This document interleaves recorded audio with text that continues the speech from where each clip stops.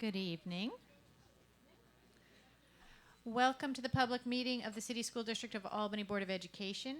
If you plan to speak in public comment, there should be a sign-up sheet where you came, well, actually, it's around the corner here, and if you would like to speak in public comment, now is a good time to head over there and make sure that your name is on that list.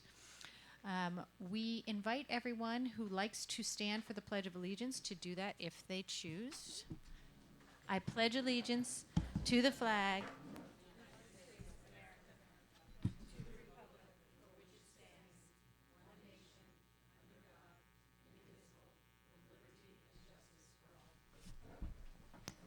In addition to the Pledge of Allegiance, we always focus our attention at our meeting by restating the mission of the City School District of Albany, which is to work in partnership with our diverse community to engage every learner in a robust educational program designed to provide the knowledge and skills necessary for success.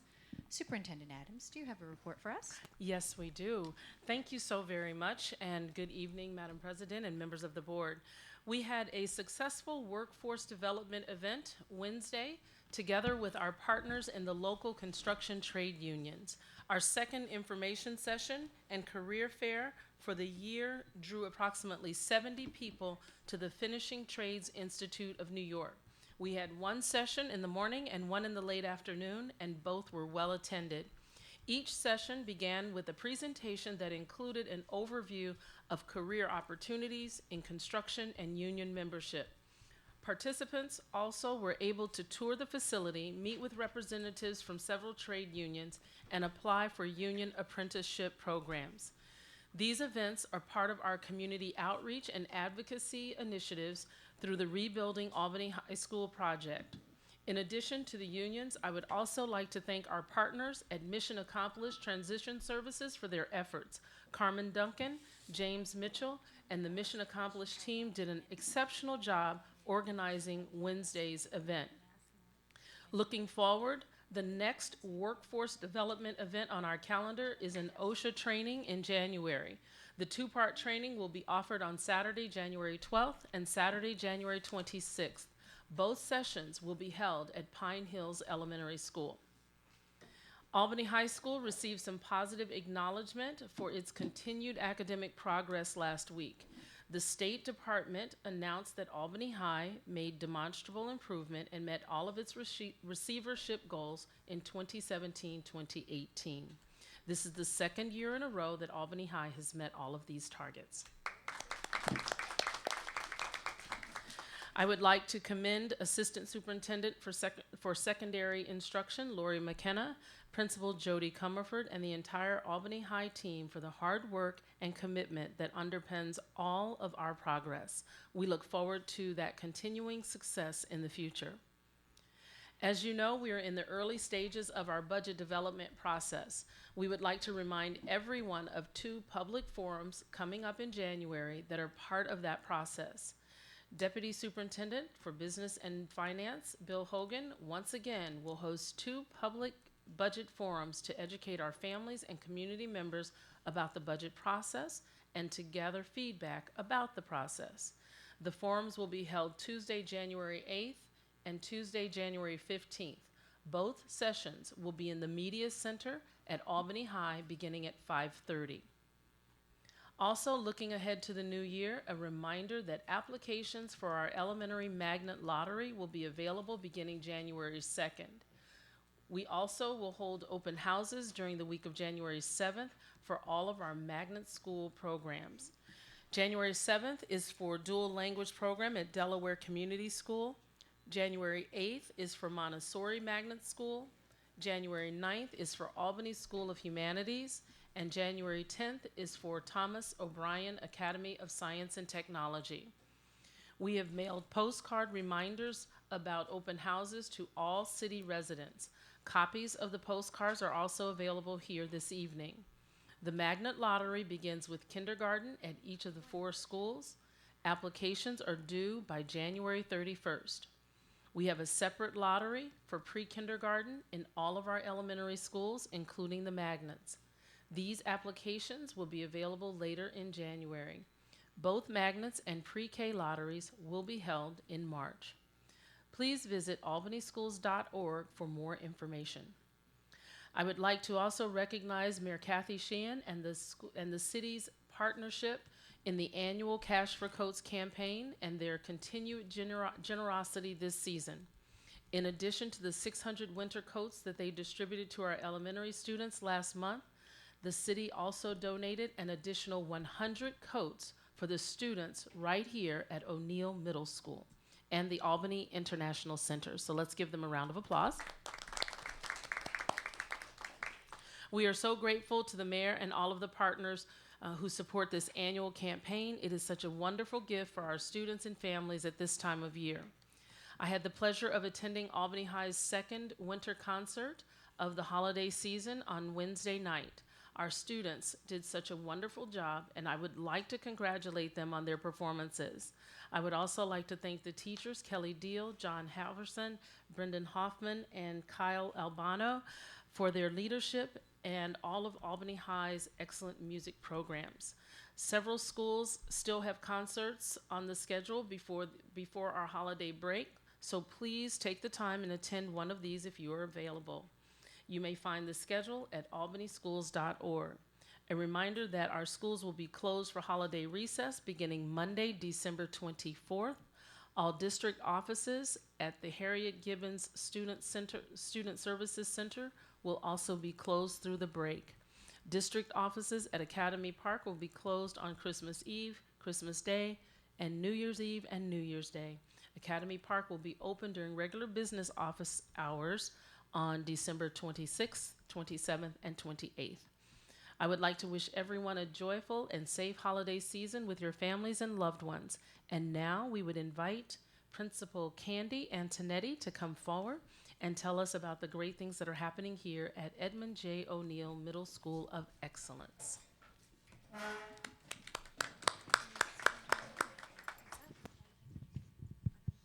Good evening.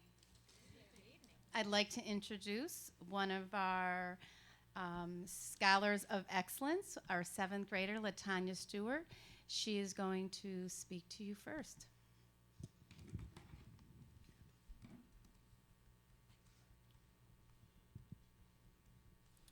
Good evening, everyone. Before I start, I just want to thank the Board of Education and the community for coming out tonight. Edmund O'Neill Middle School of Excellence is indeed a school of excellence. We see this excellence every day in math, ELA, science, and so on. Do any of you guys have young children? One day, they might have one of our students as their teacher.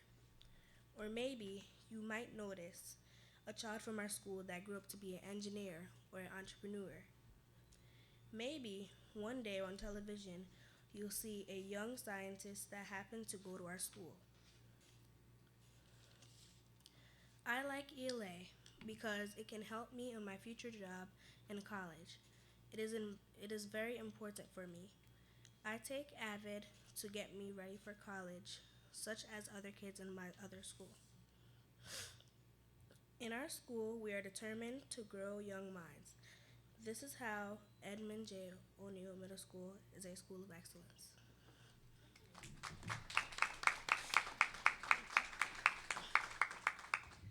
I don't think I can top that.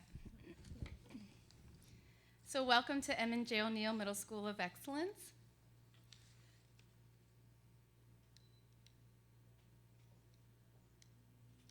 There we go. Okay. Our vision is we will be a school of excellence focusing on academic achievement and social emotional development for all students within a caring, positive, and rewarding learning environment. Our mission is to ensure all students are afforded opportunities to achieve academic excellence through a focus on 21st century skills and college and career readiness with the goal of inspiring lifelong learners.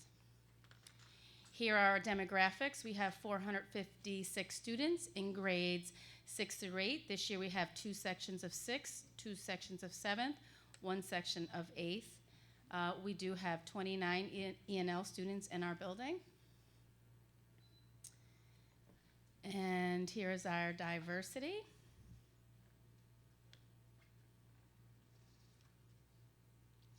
Our staffing, we are fully staffed. Some highlights I want to point out here is last year was our first year and we had Spanish.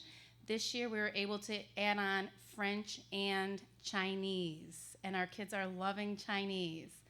I also want to highlight our student support team. We do have 1 psychologist, 2 social workers, a behavior specialist, 2 school counselors, a homeschool coordinator, and I'm very excited that we will add on 2 more social workers in January from Parsons.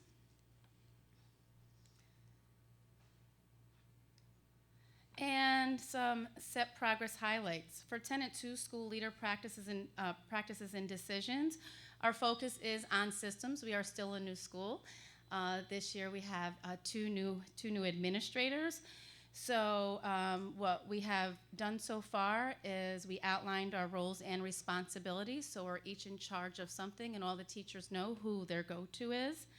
We've established our teacher common planning time schedule, and each of us is assigned to a grade level.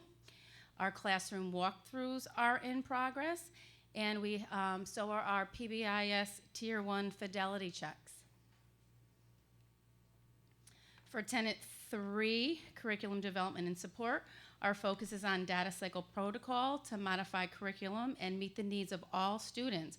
I'm excited to say that our data teams are in full swing. Our ELA and math coaches are meeting with our teams weekly. They've established their protocols, which is also exciting is that we have our district supervisors coming in monthly, and that's all our supervisors: humanities, STEM, fine arts, health, physical education, special education, and Nicole Lindemann for library, media specialist, facts, and instructional technology. They are meeting monthly with the teams. And our Encore teams are now meeting with our ELA coach as well. For Tenet 4, which is teacher practices and decisions, our focus is on completing 3 data cycles utilizing the Plan, Do, Study, Act model. And I am excited because all the teams are finishing up their first data cycle. For Tenet 5, Student Social and Emotional Development Health, our focus is on that, social emotional developmental health programs. And we have a lot going on. We are now doing second step. PBIS, we just had our first PBIS celebration right before Thanksgiving break. We are a mindfulness school, and we are a trauma-informed care school. We started our trauma-informed care with STAR. We do utilize restorative practices here. We do a lot of mediations and also our restorative circles. We have the TRACK program with Albany PD, which is a program for our at-risk youth. And we have a great program pushing into our 6th graders also with Albany PD, and that's a gang resistance program. We have staff trained in TCIS, and we will send staff throughout the year for that training. One thing I'm most excited about is our push-in program for student discipline. And I'm just gonna take a little bit of time to talk about this. We need our scholars in class, right? So too many times they come out of class because of discipline. So what we've established this year is we have our student support team and even our hall monitors, because they're really good with our kids, and they're on call throughout the day. And prior to a teacher removing a student, they call the office for a push-in. So it might sound something like this: I need a push-in for Tamisha Rose in 303. So someone will get on the radio, and we log it, the secretaries log it, and one of whoever is on call will go to the classroom. 2 things can happen. 1, the teacher can come out to talk to the student, while the adult will push into the classroom and watch the class. A lot of times, most times, the teacher will talk to the support person about the issue. We'll talk to them in the hall, find out what the issue is, de-escalate them. Most of the times our push-ins are successful. They walk back into the class, sort of give the teachers a thumbs up. They're ready to come back in, and they settle in. That person will stay there for a couple minutes to make sure, and they come back out. Our push-in program, when you look at our referrals from last year to this year, our referrals are down by 50%.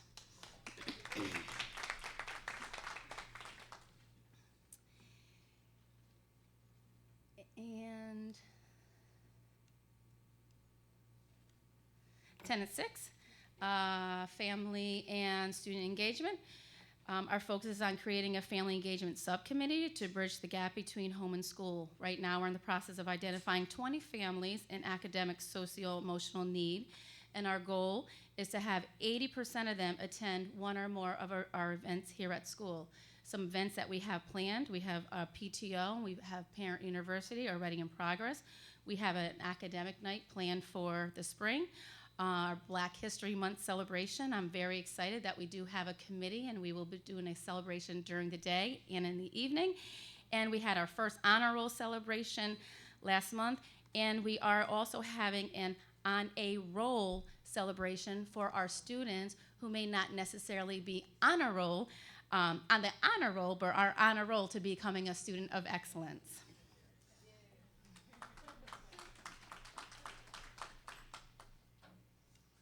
And we have lots of celebrations.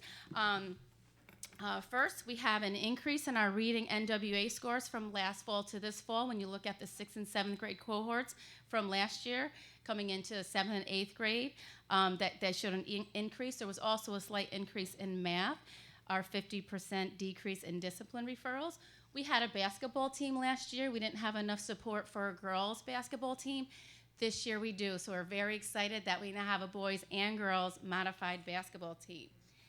We are on our way being a trauma-informed care school, and at our first quarter honor roll breakfast celebration, we had 138 students honored. For Thanksgiving, in partnership with our PTO and School Climate and Culture Committee, we were able to provide 12 Thanksgiving holiday baskets to families, and that included turkeys and all the fixings and Price Chopper cards. This Christmas, we've adopted 5 families, and we were the recipients of 60 coats from Cash for Coats. And another highlight I have to talk about is our AVID program. Last year we did AVID, and we did binders, I want to say for the whole school, and things didn't go so well. So we had a restart this year, and we said, all right, we're just going to focus on 6th grade first, and then next year we'll do 6th and 7th, and then the following year we'll do 6th, 7th, 8th. I am so excited to say that our 6th graders, 80% of them are using their AVID binders consistently, so we're excited about that. And that's all this evening. Thank you for your time.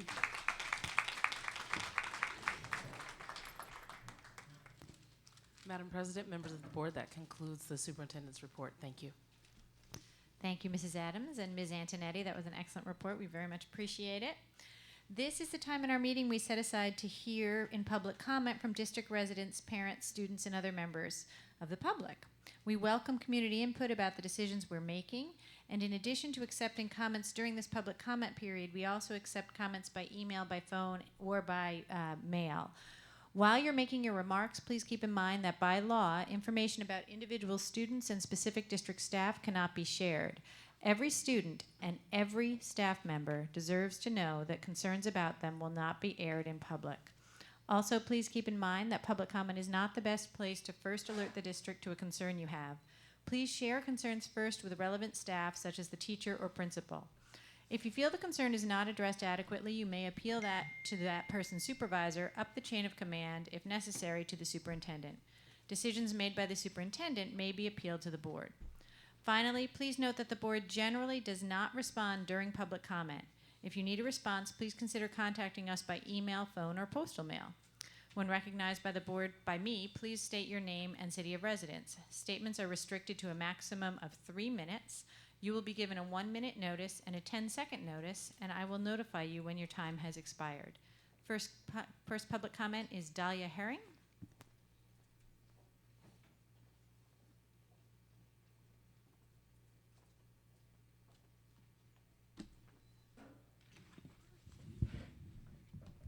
Good evening. This is always too high for me. I'd like to, my name is Dahlia Herring. I'm a resident of the city of Albany. I'd like to make a few comments about the equity in education policy statement that is before you that you'll be discussing tonight. I was one of the members of the committee who formulated that first draft, which I believe you saw and then you worked on. And I really want to compliment the superintendent, Ms. Sanders, and any of the staff who worked on developing that process. I'm a person who has facilitated meetings of this kind for 40 years. I don't think I've ever seen a better facilitated process than this one. So really thank you for that. And one of the reasons this was so good was because it brought together diverse people from diverse backgrounds with different ideas who in remarkably 6 hours, 2 meetings, 3 hours each. We were tired, but nonetheless, it's a very short period of time. We came to consensus on the major points. And because it was done so well, we didn't have to worry about how we were speaking to each other, because that was already mapped out to us.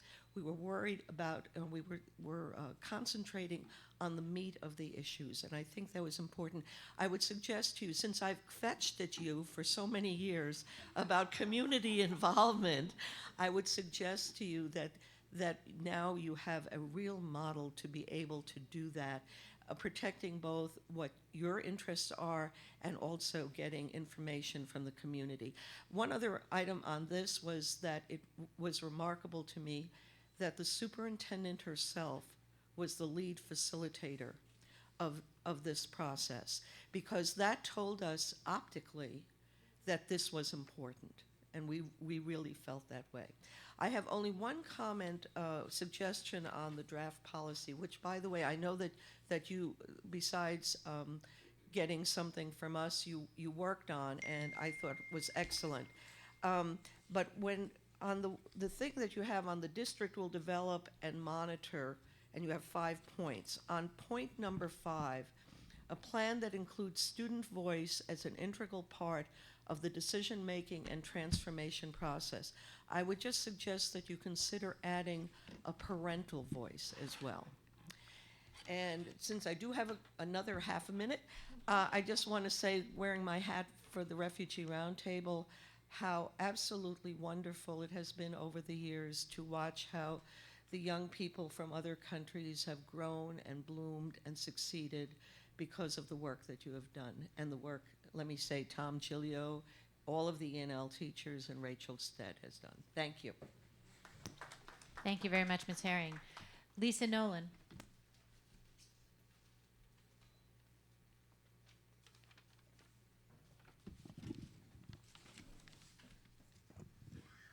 Hi, Lisa Nolan, a resident of Albany. My daughter, Ava, she's over there, is in 8th grade here at O'Neill. She's in a contained class. And my understanding of the special education law is that all children with special needs will be placed in the least restrictive environment. My concern at O'Neill is that she is further restricted in her school experience because of the daily violence and chaos at the school. Every day there are fights, kids are screaming in the halls. When I walk in to drop off meds, I hear security on their walkie-talkies saying someone is running around loose in a certain part of the school. I'm told her teacher was showered with glass after someone pushed out a window. Apparently her teacher was walking back from putting her students on the bus, so the glass just missed an entire class, my daughter's class. Her teacher also told me she makes sure the class does not go into the hall when the bell rings in between classes, doing that transition. So basically my daughter is trapped within O'Neill. And you know, I'm beginning to be concerned for her safety within the school since everything is so tightly sealed off.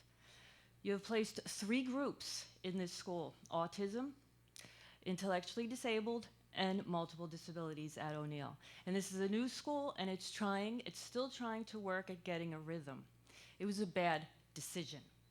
It was a decision that was not made thinking about the group of children, unless you were intentionally trying to place all the children who had a hard time expressing themselves in one place so you wouldn't have to worry about them saying anything about what's going on here. I'm tired of the board not caring about all the children of this district. We live in the Capital District.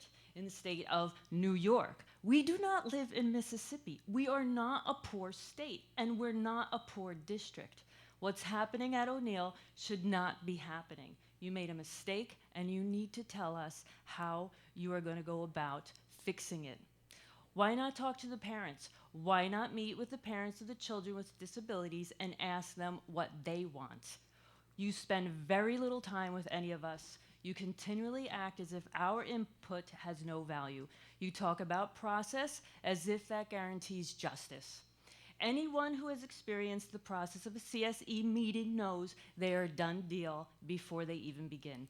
I do not understand All In for Albany. Quite frankly, I see many people who are excluded. I see 3 groups of special education children who are being treated as separate from all the rest. And we are supposed to be okay with it. We are supposed to support separate but equal for our children with disabilities. This is something I will not accept, and I ask the board and the superintendent to do more than drag their feet and wait, right? Because I said my daughter is in 8th grade. So you'll wait, and you'll wait until the end of the year, until she gets into high school, and then you won't have to hear from me again. And then it'll be moot, because this seems to be what we do here. We just wait until everybody ages out. I would like you not to wait. Thank you for your remarks, Ms. Nolan. I think Ms. McKenna is going to be available to talk to you about the specific situation for your daughter. And that brings us to the end of public comment tonight. And brings us now to the part of our meeting we call routine consent. During this part of the meeting, we approve routine matters for the district. This usually includes items such as contracts, field trips, hiring of personnel, and other similar matters. Voting on these as a group with no discussion allows us to use our meeting time more efficiently. Each Board of Education member has the option to set aside any routine consent item they choose in order to require discussion and a separate vote on that item. So I will now entertain a motion to adopt the routine consent agenda. Do I have a motion? Ms. Smith, seconded by Ms. Wilson. Are there any set-asides? Ms. Alexander-Mann. I'm going to set aside item number 4 and item number, Can you give me the name of the items as well as the number, please? let's see, 4 is 2017 to 18 instrument donations. Okay. And item 8, let's see, flow-through contracts, Parsons Child and Family Center, Article 81, and Parsons Child and Family Center. Are there any other set-asides? So with that, I would like to ask who is in favor of adopting the routine consent agenda less the instrument donations and the 2 Parsons and Child Family Center contracts. That is unanimous. So let's take them in order. The 17-18 instrument donations. Can I have a motion to adopt that item? Dr. Tatura, seconded by Ms. Roach. Is there any discussion? I just wanted to just kind of emphasize how wonderful it is to have the Albany Fund for Education and AFOM and the private company John Keel and parents and community donating instruments. We know that when children play instruments, they tend to do better academically, and so I just wanted to kind of make that public statement. Thank you, Ms. Alexander-Mann. Is there any more discussion on that topic? All in favor of accepting these wonderful instruments with great thanks to the Albany Fund for Education? That is unanimous. And now can we take the next 2 as a group? Would that be okay? Mm-hmm. So can I get a motion to adopt the 2 Parsons Child and Family Center contracts? A motion by Dr. Tatur, a second by Ms. Wilson. Any discussion? I have to abstain because I'm an administrator at that agency. Terrific. All in favor of adopting the Parsons and Family contracts? That is everyone present with the exception of Ms. Alexander-Mann, who has stated that she plans to abstain. Is that your intent? That is correct. Wonderful. And that brings us to the end of the routine consent agenda. And now, that is going to bring us to the policy discussion. This is the longest policy discussion agenda I have ever seen, and I'm fairly grateful that I'm no longer the chair of the policy committee, and I can turn this over to Dr. Tatur to walk us through.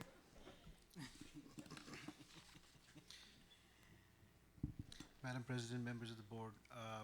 So what you have in front of you is a long list of things, but we'll try to keep it short and simple because that's the whole intent of what we're trying to do in these revisions. The first policy that I bring to you is 5450.1 sex offender notifications. We are asking that we rescind this policy. And the reason we want to rescind this policy is because all the current procedures that are mandated by the state and other agencies already cover this. So it's no longer required to be a policy. So that was the 5450. The rest of the policies all have to do with special education policies. So over time, mandates have changed, and as change happens, the policy committee changes policy, adds policies, revises policies. And what has happened is, over the course of duration of time, our numbers we have 26 policies total, an overarching policy and then sub-policies that total up to 25 sub-policies. And the numbering of this is so wacky that it gets really difficult if you're trying to follow through. And we want to make it, just like our whole goal of being of improving transparency and communication with the community, we want it easier for parents to understand what these guidelines are, what these policies are, and also try to mirror what other school districts are doing by following NSBA's policy number. So as we do this, we have consolidated policies that are redundant and renumbered them. Some of them no longer are required, and that's the whole intent of streamlining the policies that we have in front of us. So I'll go through this as quickly as I can. The first policy is the overarching policy, which is 4321, that now states equal participation for students with disabilities in school district programs, including non-academic and curricular programs and activities. This has been revised exhaustively and now includes a lot of the sub-policies like 4321.01, opportunity to participate in preschool and parental programs and parental consent, 4321.3, provision for appropriate special education related services to enable students with disabilities to be involved and to access general education curriculum, 4321.21, child fine policy, 4321.23, programs for students with disabilities under the IDEA and New York's Education Law, Article 89. So we no longer need these sub-policies that are listed here because they'll all be covered by one policy. Which brings us to the next sub-policy, which is 4321.1, which is now called Provision of Special Education Services in the Least Restrictive Environment. This revised policy replaces the old version as well as replaces the current policy 4321.15, and it's based on the NSBA policy. It's also revised from what we had on the books, which was long and kind of mixed general education and special education populations together, so it was not clear. So we no longer need 4321.15, which is the least restrictive environment. We would like to rescind that. 4321.2, school-wide pre-referral approaches and interventions, replaces the current 4321.5, which is implementation of school-wide approaches and preferential interventions, and the currently adopted 4321.2, appointment and training of qualified personnel to carry out the functions of the Committee on Special Education and the Committee on Preschool Special Education, the Committee on Special Education, which now is covered under the new 4321.4. 4321.3, which is allocation of space for special education, was also referred previously in 21.15 and 21.16. This has been combined. So now we have one policy for about two of them. 4321.4, surrogate parent policy, is a new policy based on NSBA, eliminates the current 4321.1, which is appointment of a surrogate parent of a student with disability. And the current policy, which is confidentiality of educational records for students with disability, is no longer required because it's already covered by 5500, which is FERPA, and the proposed 43.5. Which brings us to 4321.5, confidentiality and access to individualized education programs, individualized education services, programs, and service plans. This new policy is recommended by NSBA, replaces the currently adopted 23.9, which is IEP distribution and implementation. 4321.6, which is availability of alternative format instructional materials for student disabilities, used to be the currently adopted 21.8, but is now renumbered so that now it falls in, it's aligns with the NSBA numbering policy. So anybody who goes to NSBA's page or any other school district's page following the NSBA policies will have policies to compare. 4321.7, which is district-wide and statewide assessment of students with disabilities, replaces 4321.11, which is participation in state and district-wide assessment by students with disabilities, and 4321.12, policy of the Board of Education of the City School District of Albany regarding universal design principles in developing and administrating district-wide assessments. That's a long title. 4321.8, which is impartial hearing officer appointment and compensation, replaces 4321.7, the current 4321.7, impartial hearing officer selection and compensation policy. Again, the numbering now matches NSBA's. 4321.9, declassification of students with disabilities, replaces the currently adopted 21.6 with the same title. 4321.10, the independent education evaluation IEE, replaces the currently adopted 4321.7 with the same title.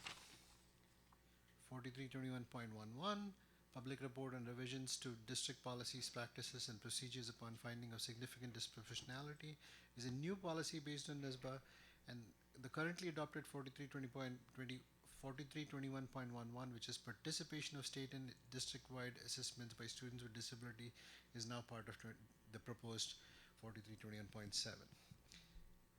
The proposed 4321.13 is now called preschool special education. It's a new required policy. It incorporates part of the currently adopted 4321.1, and the currently adopted 4321.13, which is appointment of surrogate parent of a student with disability, is now covered under the proposed 4321.4. 4321.14, which is special education personnel qualifications and training, replaces currently adopted 4321.2 and 4321.10. Which deals with hiring of highly qualified personnel. 4321.15, which is reimbursement for travel to and from residential programs policy, replaces the currently adopted 4321.18 with the same title. 4321.16, which is programs and services for parentally placed non-public school students with disabilities, replaces 4321.20, which is services and supports for students with disabilities attending non-public schools. So by doing all these things, it doesn't change the subject matter that is covered, but streamlines our policies from 26 policies down to 19. And there is also, so that still leaves 4321.12, 19, and 25, which at some point in time, once we have finished reviewing that, we are going to combine those two and make one policy. So you would be down to 16 policies. So that's the goal of. Any Thank questions? you. Well done. Take a breath. Last but not the least, the policy committee worked on the equity in education policy, which will be the next subject matter. And all I want to show is the numbering for this policy that we're recommending, B0050, which makes it the second policy in our policy manual, right after a mission and vision statement, which should signify how important we think this is for the district. Thank you, Dr. Chatoor. Members of the public who do not attend board meetings may not be familiar that the way it works in the policy arena is that we, like almost everything we do, we always present things first at one meeting for public comment and discussion before we act at the next meeting. That gives you not just tonight to try and absorb what Dr. Chatoor has just said, but also the next 2 weeks if you would like to make any additional comment. Meanwhile, board members have had this before them for a few days, and of course the committee members for several weeks before that to consider it more fully. So does anyone with that introduction have any questions or comments on the policies that none of these policies are up for action today. These would all be up for action at our next board meeting, which is not until 2019, right? Yes, so if you have anything else you want to ask about that this year, now is a good time. So I just have one, which is that there's a policy in here about disproportionality, and I was not at the policy committee meeting this past week when these were discussed. Are all of the items in the policy consistent with the assurance of discontinuance that we are operating under? Okay. Yes, I'll let Kate answer this question in more detail. I was going to say I'm in a good position to speak to that, having recently reviewed both the policies and the assurance of discontinuance, and yes, you're absolutely aligned and in compliance with both special education requirements and the assurance. Any other comments or questions on any of the policies Dr. Chador has presented? If not, then we'll move on to the discussion of the equity policy. As with the other policies, this is not up for an action tonight, but it is up for discussion. It is going to be a more thorough discussion than our normal policy discussion because there was, as one of our public comment speakers mentioned, a fairly thorough process to bring forward this equity policy, which is not based on an ISBA sample, but is a locally grown policy. And so it's something that we take very seriously, and we want to make sure we give it the appropriate time in the meeting. Mrs. Adams, are you going to take us through this? Oh, Ms. Sanders is in the house. So, Madam President, members of the board, I am so very happy to have Ms. Sanders, who is our principal on special assignment, focusing on equity in our district and looking at equitable practices. And to start this work, even though we've been doing some of the training centered on CRE, which is culturally responsive teaching and learning, we wanted to make sure that we had that governing document with that official philosophical stance of what we believe as a district. And so with that, I will turn the time over to Ms. Sanders so that she can walk us through the development of our equity policy, and then we'll be available for questions. Thank you. Thank you. So thank you for having me today. I'm just going to go over some of the steps that we took in order to get to this point. Ms. Dahlia already spoke to some of the things that we did. So there was a process, and the first process began with forming an equity policy committee. And that committee was made up of community members, parents, faculty members from all units were represented, APSU, APSTA, APSA, as well as we had a board member with us as well for that period of time. It was about 28 people, as Ms. Dahlia had stated. We had a total of 6 hours to get the work done. And the thing that I have to say that I was most impressed with is certainly being led by our superintendent, who really has a knack for those types of things. But the dedication and the commitment that came from the people that were part of the policy committee really shows the love and care that people have for this learning community. And so they were really about the business of getting this work done based on their love and care for this learning community. After the committee met on the first day, we went into the second day, and you know that with something that is so passionate and that's so dear to everyone's heart, you can get caught in the weeds. They were very good not getting caught in the weeds and kind of keeping some of their own little things aside, because you know people that typically like this type of work want to go right into action. And we were clear about, you know, we will create our action steps, so it's really about creating the policy right now. So by the second meeting, we had some really good policy statements. After we gathered those items, we combined them into smaller groups, and then they began to tweak that language again. Once that was put together, we took it back and we formulated it and made sure that every group had some sort of a piece of that policy. It wasn't very difficult to do because all of the language was very, very strong language. After that, we wanted to share the equity policy, the first draft, in feedback sessions. So we had 5 feedback sessions, consisted of parent groups, student groups, 2 student groups in particular, one Tony Clements students, and also the Falcon students at the high school.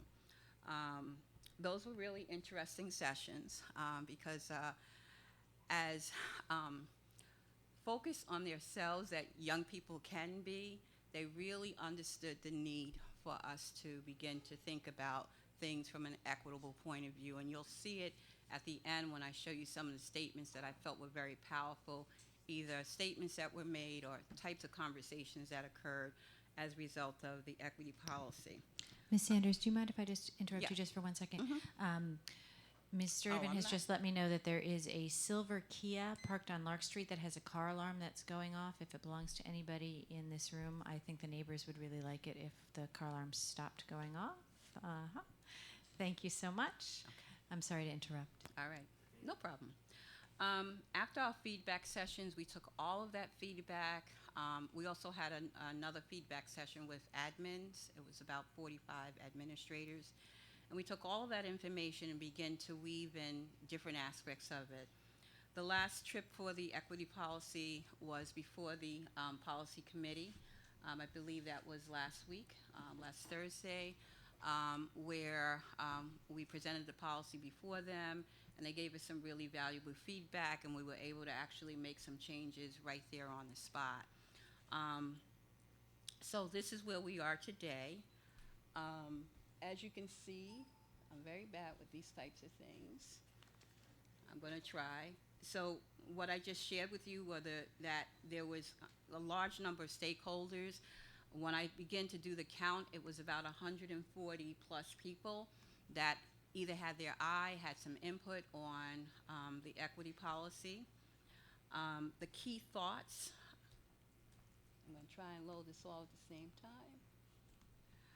was some parts of the policy that were really strong and people felt really passionate about was eliminating racialized outcomes. One student from Tony Clemens said equity is probably a better way of thinking. The notion of multiple pathways to learning was really something that people valued. And one thing that was really strong is people felt that we were owning our problem. I believe there's a statement that talks about historic things that have occurred in our society, but as well as in our district, that have created those barriers to access for kids.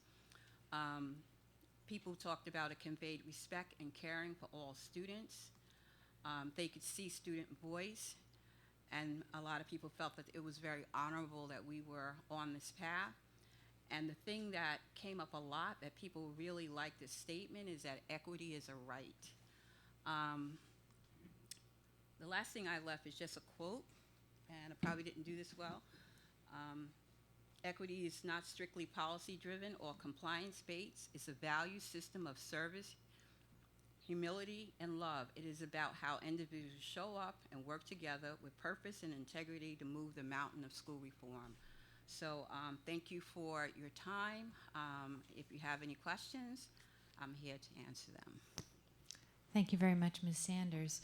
Board colleagues, as always with our discussion topics, I'm going to ask you to pick your very most important thing and ask it first so that we can each get one question, and then if anybody has a second one, they can ask a second question. Does anybody have one they would like to start with? Ms. Wilson. Thank you. That was an excellent presentation. And I'd like to state, it's not so much a question, but a comment that from where I sit is largely like as a board member, you're on a soapbox and I get to quietly scream about these things, but I thank you for doing the heavy lifting, really, and you and the entire team, so to speak. And what spoke to me most was the ownership aspect of it. And then secondly, with the statement of the multiple pathways, I think diversity of thought is something that we have to engage in at all times, and that was put on the forefront, so I appreciate that. So thank you so much. Thank you. Who would like to be next? Ms. Lang. I just want to say, as a member of the policy committee, that it was a pleasure working and going line by line with this policy together as well. And I think that the board, or I hope that the board is pleased with the work that we've all kind of done together, with the bulk of it obviously being your team. So thank you very much. Thank you. Ms. Roach. I also wanted to thank you for the presentation and all the hard work that you have helped facilitate regarding this policy. I just had a question. I really love the ownership that's behind the idea that the implementation of this policy is the shared responsibility of all district stakeholders. But I'm also wondering how that allows for accountability. We have the annual superintendent report, but is there anywhere else that the responsibility is somehow delegated or placed in a certain, besides you, of course, but how that's put together, Well, the chain of command? did you want to answer that? Go ahead. Madam President, members of the board, Member Roach, part of what we are doing, our next steps, once the policy has been approved, is we'll be working through the action steps. And so within those action steps, that's where we will determine what the metrics are for that accountability. Ms. Smith? I just wanted to say that we spoke about that in committee, and those were the things that we definitely discussed. So I just want to make sure that you knew that that was discussed.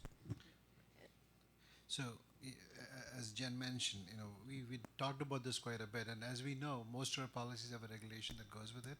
We don't have the regulation piece where the actual details of those would come. This is a very aspirational goal for the district, but you need to have that in place first, so everything will be dictated by it, and that's where we are right now. Yeah, I really don't have, that's exactly what I wanted to address. And as a participant in the process, indeed, I think that was a very challenging thing for a lot of us who just want to get right to the business of what we need to do or want to do. So I just wanted to echo that and really to express a great thanks for that process. I think that Ms. Herring said it best, and so I'm going to thank you and leave it at that.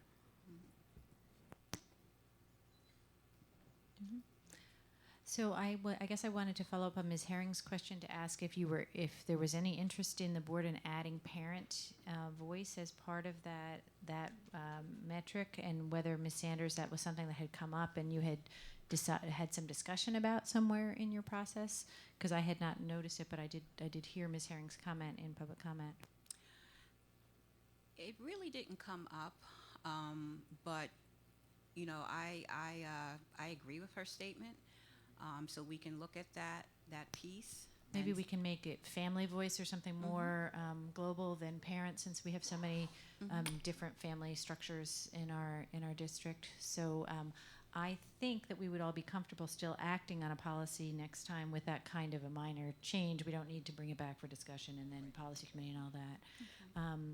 The other question I wanted to ask is, this is just a procedural question, whether we've formally sent this to legal for their review, because we want to always make sure that we don't go across any legal lines. Did that step happen yet? All right, so we need to get that step to happen before we consider it in January. I don't imagine there'd be any issues, but it's always better to figure that out before we adopt the policy rather than after. Ms. Alexander-Mann? It's not a question, it's just a statement. I mean, the fact that it was 2 meetings and 5 pretty comprehensive forums for feedback it's pretty amazing to come up with this. So I certainly appreciate everyone's work. Thank you. Dr. Chator? More a comment. I mean, thank you for all the hard work. We all talk about equity, but for most people who haven't really experienced what that really means, I want to bring out this book, Equity 101, The Equity Framework by Curtis Linton. This was one of the books that was given to us by the superintendent. It's a very simple, easy to read book, but has ideas and explanations about how this plays out in the real world. And it's a very eye-opening book for anyone who hasn't quite experienced it themselves. I would strongly recommend that book. It's a very simple read, and this equity policy, once you read that book and you see what's happened here, you will see how this is really an aspirational goal, but it's a step in the right direction to fix what should be fixed. Thank you very much. Maybe we should put a link to the book on the website someplace, because we could make it like a district-wide read, since so many of us have started to read that wonderful book. So I wanted to echo some of the comments that have been made by my board colleagues, thanking you, Ms. Sanders and Mrs. Adams, for the excellent work of this equity committee bringing this policy forward. I think I have said to several people that the very first action I took as a board member was to send Seattle's equity policy to the then superintendent and say, this is what I'd like to see us do. And to have that come to fruition in such a beautiful way a couple of years later, and see the policy really reflect, it's not a copy of Seattle's, it's not a copy of Cincinnati's, it is our own. It reflects our own Albany vision of what equity should be. But to have that come out in such a beautiful way is really rewarding for me here in year 3.5 on the board. And I just think this policy is going to give us the foundation that we need to make radical change in the way that we do have racialized outcomes in our district, and that we do not want to see that continue. And we appreciate all the work you're doing on that front. Anyone else with final comments? Okay. Thank you so much. Thank you.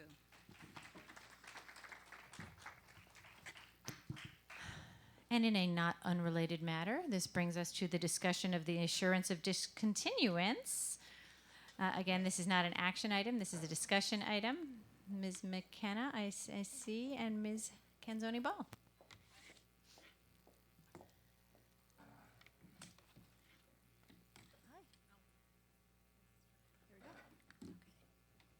Good evening.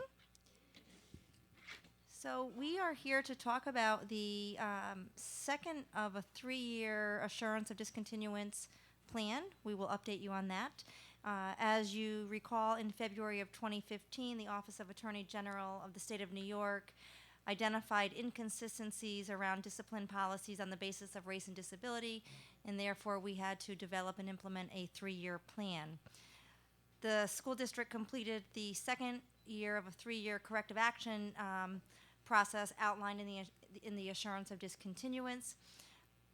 As you know, there are 15 parts to this assurance of discontinuance, and this 17-18 end of the year report will focus on the provisions and compliance in terms of areas in the AOD around offenses and sanctions in the Code of Conduct, high rate of exclusionary discipline practices, discipline in referral rates, disparities across gender, policies and practices for disciplining students with disabilities, due process safeguards for students, and data retention policies. Oh, geez. Yeah, it's a PDF. Sorry, it's a PDF, so we have to scroll. So this is a snapshot of the end of the year actions that the district had to implement in the 17-18 school year. As you can see from this slide, that the school district was compliant in all 15 parts of the assurance of discontinuance.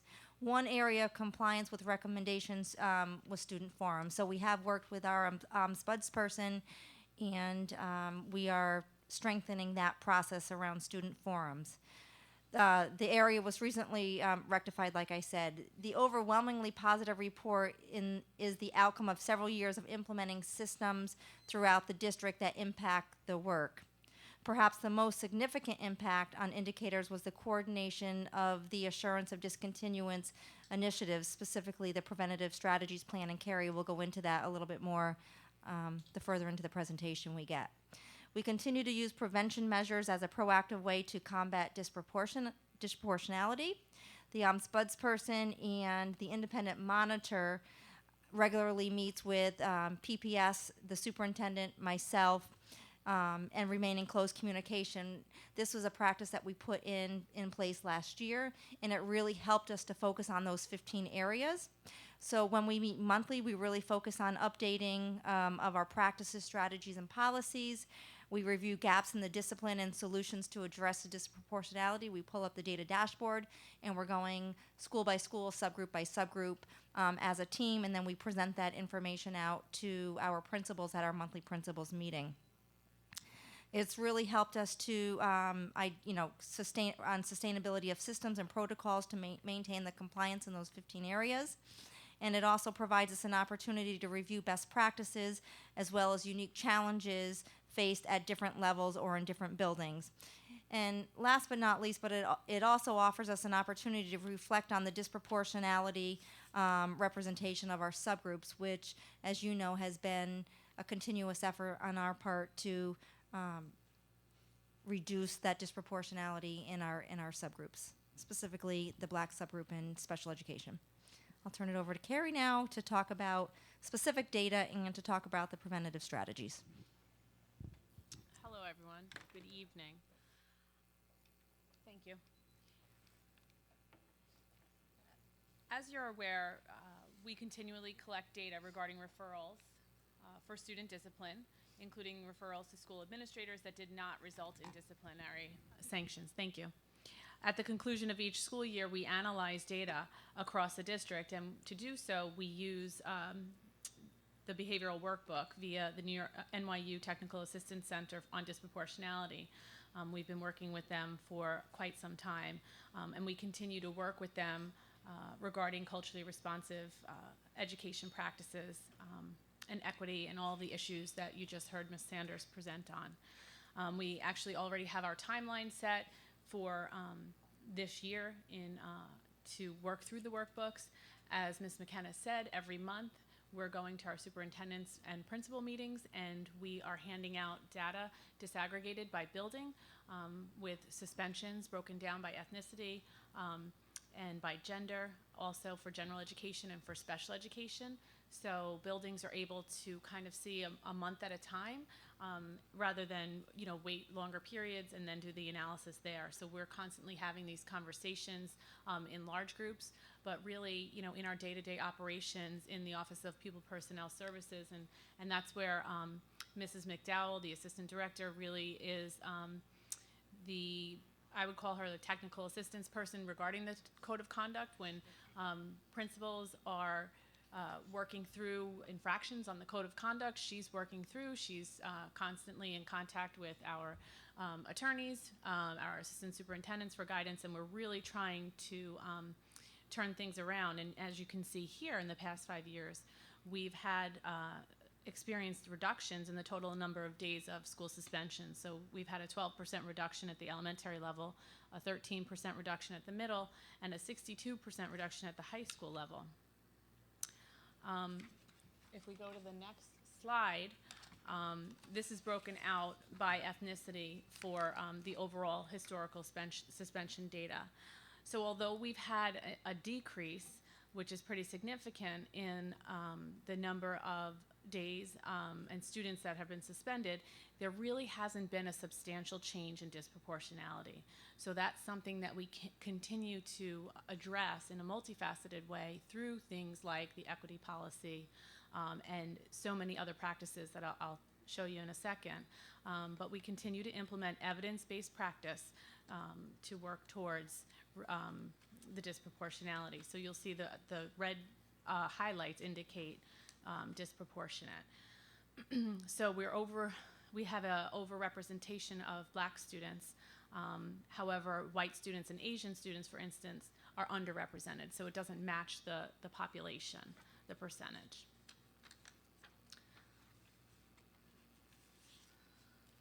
The next slide shows the disparity between general education and students with disabilities. Again, specifically students who are male, students who are black. While the number of days and students, again, has decreased, there has been no substantial change, again, in disproportionality. We most recently, though, regarding all the work that I'll show you on the next slide, had a conference call with the Office of the Attorney General as an update status report with several administrators, and they were actually quite pleased with the measures that we've implemented, and I would say we've definitely gone above and beyond the requirements, but very pleased to hear that we were in compliance in all 15 areas. We quickly rectified the one suggested area regarding student forums, and we've really done some comprehensive work to support that. So something as small as asking principals to share best practice of things that worked really well with students when conducting code of conduct assemblies, and we have a shared file. People can drop things in there like little videos or PowerPoints that they've used with developmentally appropriate age levels, so people can share their work rather than just trying to figure it out on their own. So we're trying to encourage buildings to share what's working well. We continue to work through a committee process to refine the code of conduct. We're very pleased with the latest version that's out. We think it's more family friendly, and the best advice and recommendations we received were actually from the students themselves, especially at the high school. So that was really wonderful. The preventative strategies framework really served as the initial plan to define the supports and strategies to address social, emotional, and behavioral needs. We continue to build on those strategies. However, the Preventative Strategies Committee provides turnkey training to push through those 14 evidence-based Tier 1 strategies for classroom teachers. The strategies are designed to prevent infractions from students. They're provided to give constructive feedback to students and to teach alternative or replacement behaviors. They also are intended to motivate students to comply with established school expectations, the 3 Bs that you'll hear a lot about, PBIS, be responsible, be safe, be respectful. We continue to embrace that philosophy and use it as a model and our foundation.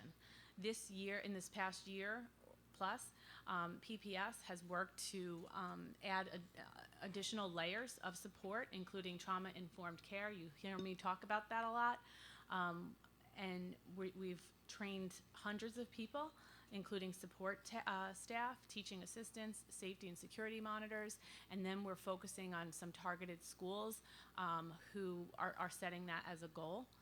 We've got a systemic plan for therapeutic crisis intervention. We've trained school hall monitors, and we're actually hearing the language and the strategies come through. We're witnessing that, so it's extremely positive.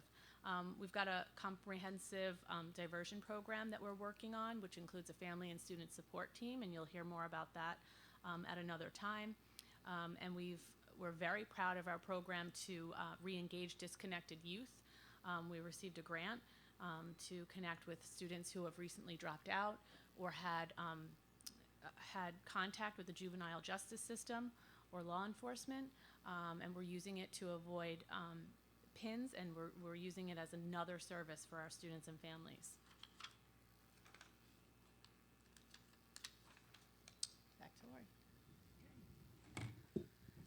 So one of the requirements under the assurance of discontinuance is to work closely with our SPUDS person on a regular basis. So she also Ms. Scott had to submit an end of the year report, and so what this does is just summarize her end of the year report, looking at our 2017-18 spring site visits. Last spring, Valerie met with our teams at each of our schools with regard to comments on the code of conduct and the connections to PBIS in all of our elementary schools and the high school, as well as our middle schools. Over 200 individual interviews were held with staff and students with a widespread variety of opinions regarding the code of conduct.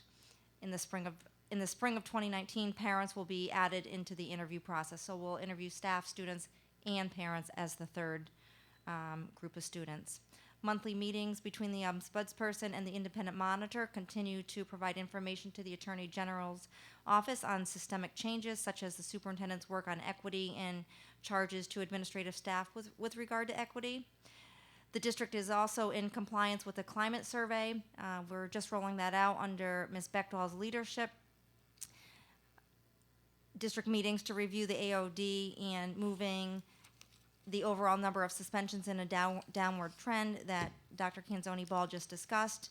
We're also training in CRE and trauma-informed care throughout the school year, which will help to provide a change in mindset, which is needed to really reduce the suspensions of black males and reduce that disproportionality that Dr. Canzoni-Ball spoke about. And as you know, disproportionality, which Ms. Scott reflected in her end of the year report, is still present at the district level. However, there are very real conversations happening in our buildings regarding what is needed to make those changes. This is not a short-term fix, we know that, but a long-term necessity, and we believe that through the work that we're doing through trauma-informed care, TCIS, and the preventative strategies, that we will really begin to see a shift in that disproportionality. So with every compliance that we have to implement, there are, of course, recommendations, and the SPUDS person made some recommendations along with Dr. Fantroy, looking at sustainability of systems. As you know, in the past years, we have really worked on consistency and transparency. While those continue as goals, additional goals for the 18-19 school year will be around sustainability of consistent district systems. Where we regularly monitor of the safe school system, which is where we hold our discipline referrals, providing ongoing professional development and opportunities, and assessing the impact on climate, culture, and student behavior. We will continue to work toward a district of equity. We talked about had a presentation on the development of the equity policy, culturally responsive education. We have a cohort going through that training currently. And we talked a little bit about the monthly meetings and data review and analysis, looking at superintendent referrals, hearing referrals, suspension data for all student subgroups, as well as disproportionality and preventative strategies, and of course our regular meetings with staff who are disproportionately referring students, which is evident in the monthly data that we're providing our principals at the superintendent and the principal meetings. I will note that I believe it was last week we met, we actually had a conference call with the Attorney General's office. He was extremely pleased with the progress that we made in the last 2 years. And I'm happy to report that as long as we continue to make progress and we are in compliance with those 15 areas that we discussed earlier in the presentation, that this will be the last and final year of the assurance of discontinuance requirement. Questions? Board colleagues, prioritize your questions. Pick one, and then we'll go around again. Who would like to go first? Ms. Alexander-Mann. One of the things that struck me on the slide around student suspension total days was there was like a huge increase in elementary school students being suspended, and I have a couple of questions, but that's the question I'm going to take. What's up with that?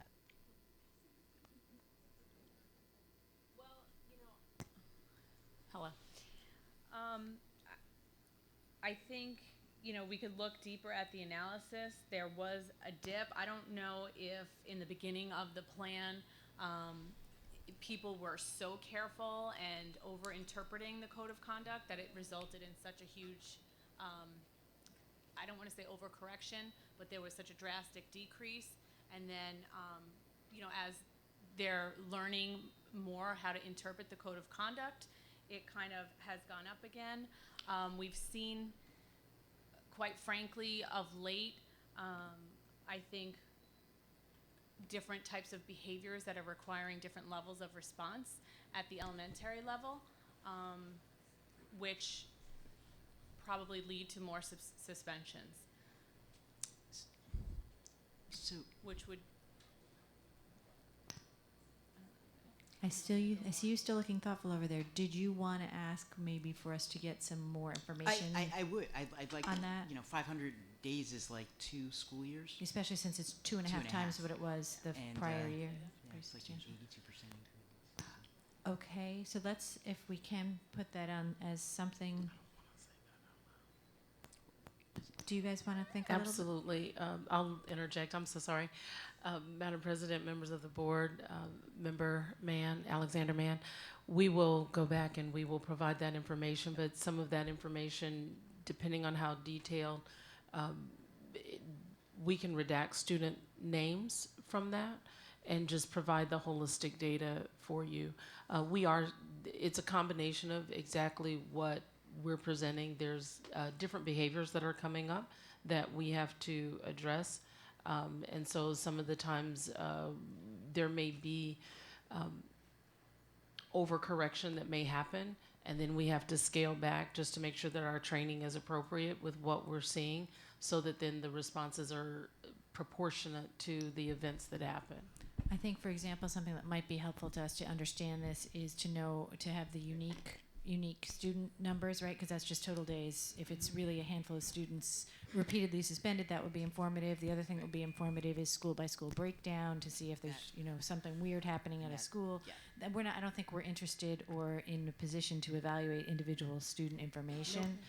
And that data is really easy to get. We'll make sure that it goes into the next SBU, and we can also summarize the type of infraction, whether it's a fight, a weapon, insubordination, etc. So we can include that information. Does this also include in-school I'm sorry, suspensions? Dr. Couture. Vicky was waiting 1 second. I'm sorry. No, I remember last year actually asking for that unique piece, because I do think it's important to understand how many students are we talking about that, and you did this in some of the suspension information, less than one incident a year, than those that have two or more than three, something like that, because then we kind of have a sense of, Right. I mean, you already know, but as a board and trying to figure out how we support you, don't understand quite how many students you're talking about for a lot of this information. And I go back even to the top incidents page. I mean, I get really, I apologize, it just makes me nuts to see like elementary, like, 1,000, 2,000 like incidents. I mean, and I'm like Miss Alexander Mann, what is going on? And that may be that it's a smaller cohort, and that maybe, and then that helps me understand also some of your strategies might be very unique to that particular maybe group of students that have a particular need. So so I think that data is very important, and so I just wanted to support that. Dr. Chador. When you're making that classification, getting that clarity, it also help to know if it's an in-school suspension or out-of-school suspension, right? Because you want to make sure that are these kids not getting the curriculum, the academic enrichment that they need, because they are not in the classroom situation anymore. An in-school suspension might still give them part of that, I'm just, point of clarification, that chart that we're looking at right now, that's in school and out of school, or that's just out of school? Both. Okay. So I think we need to separate. So having that clarity would help. And we'll split it out. Thank you. Okay, that was one question that ended up creating discussion, which is excellent when that happens. Who else has a question that they would like to start with something? Ms. Wilson. Thank you both again, and I can attest to the forums that you had because I attended the one at Albany High, in which of course the students were very robust in their participation, and then of course Arbor Hill, where you did discuss implicit bias and was very frank and transparent. So I want to thank you because I don't think I did at the time. But my question was, I find that Albany is discussed as going to be the rapidly growing district in our region, whether from an influx of immigration, whether from an influx of schools closing and things. So I'm wondering if you have any sort of ideas what CRE looks like in that context. So if you remember the videos that we shared on implicit bias, we also shared those out with our administrative team. And, we continue to work towards weaving that type of activity in because I thought, for myself, it was a learning experience, and just to have that dialogue with students, with staff, and with families as well. We try to work a lot through our parent university opportunities. So last week or the week before, we had a parent university. The topic itself was restorative practices in the home, but the level of conversation, it was right in this building, that came out of it, it was about everything. And how are we a community? How do we build trust? How do we build relationships with our neighbors, with our community business owners, with our families? So I just think it's a continued focus, and I think the equity policy will help us achieve that if we all are focused on the same work and just not losing sight of it. Everything that we have ties back to CRE practices and really looking at the reduction of disproportionality.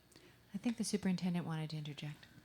One of the things, just to continue that thought, with our CRE work and also the equity policy work, it ties right into our assurance of discontinuance in that we are looking at what are those indicators when you walk into a classroom that say and show this is a culturally responsive practice. So that will be coming down the line through our equity policy work, and then looking at in our walkthrough format, what are those things that we are overtly looking for that are indicators of CRE, which then will take us to those more discrete measures of CRE. And so all of these are connected. Anyone else? Who's next? Jen? So you said that we would be off the 3 years because the AG was happy, and I think that's great. But what mechanisms would still be on place? Because we don't want it to all just disappear, especially with all the work. So what kind of committee or who's going to kind of continue this work on a programmatic way? Because I don't want it to just disappear. That's a really great question, and we're engaged in those conversations already. And I just have to say we're very grateful for Maxine and Val who came out tonight. I think that relationship itself, and I'm only about a year and a half in here, but as soon as I came here, they were so welcoming and wanting to engage in this work and dialogue with us.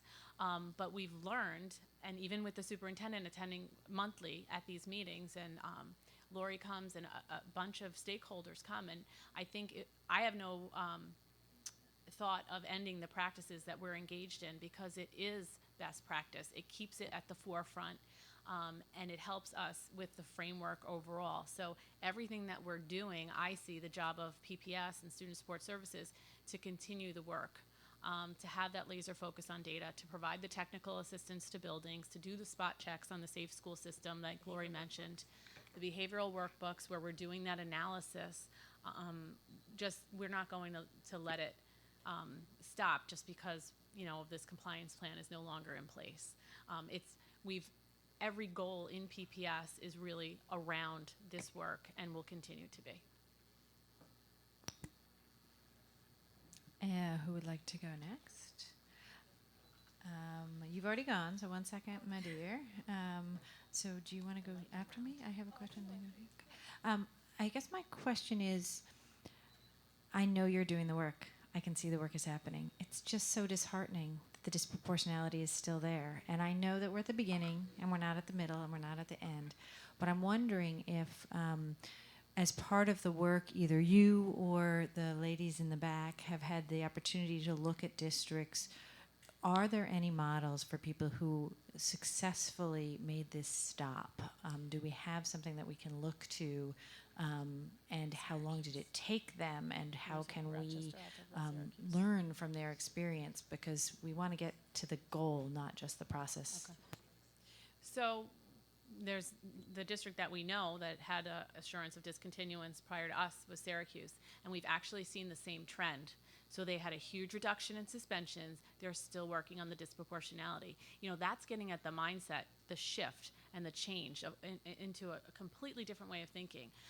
Pushing people, as Maria Hernandez will say, pushing their growing edge to realize that they have biases that they don't even know that they have.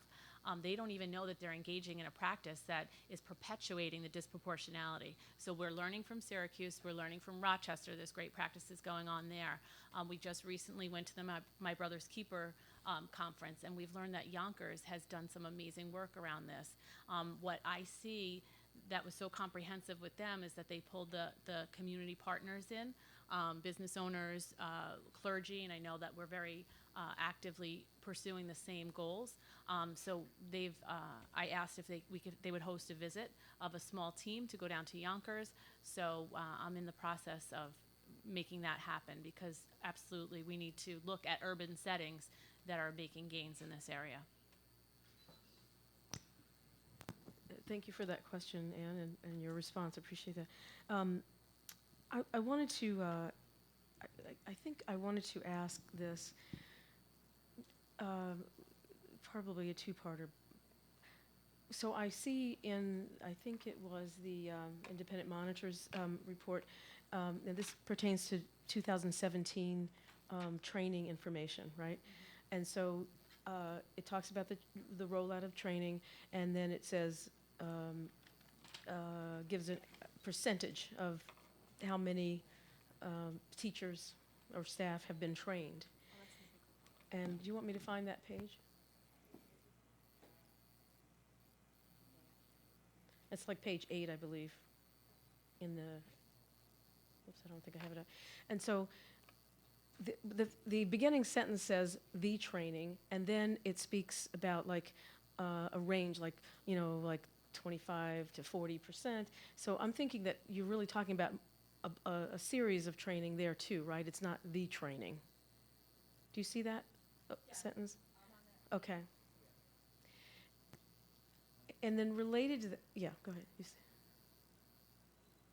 I guess I would have to ask Max, but okay. So I guess my question was the variation in the staff that had attended. Mm-hmm. So my question really probably has to do with attendance. Is that required, mandated? Is it a series of 5 sessions and you have to go to all 5 before you actually, have like? So what I would say here is these principals offer the preventative strategies training. There are principal-led PDs and teacher-led PDs. So it depends on who's going where. Obviously, we try to hit everybody all at once, but sometimes because principals have so much on their plate, they wouldn't be able to, reach everyone in that month. Let's say they have it planned.